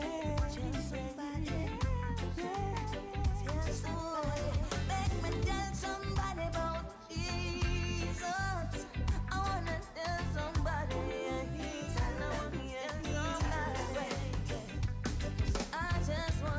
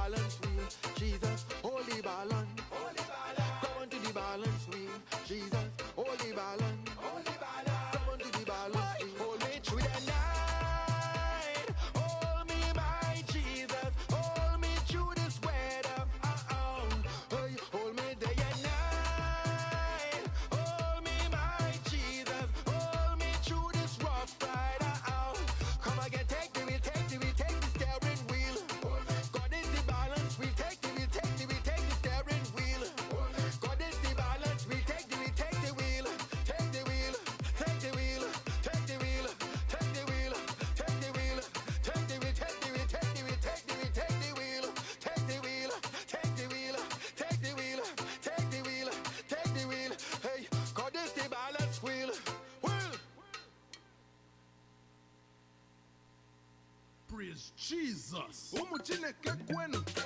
Umuchuku kwenu. Umuchineke kwenu. Umuchuku kwenu. Umuchineke kwenu. Umuchuku kwenu. Umuchineke kwenu. Umuchuku kwezonu. Now imagine me as a first son, slaving away, working whole day, thinking the world wrong. Moses say, Yahweh going to free us.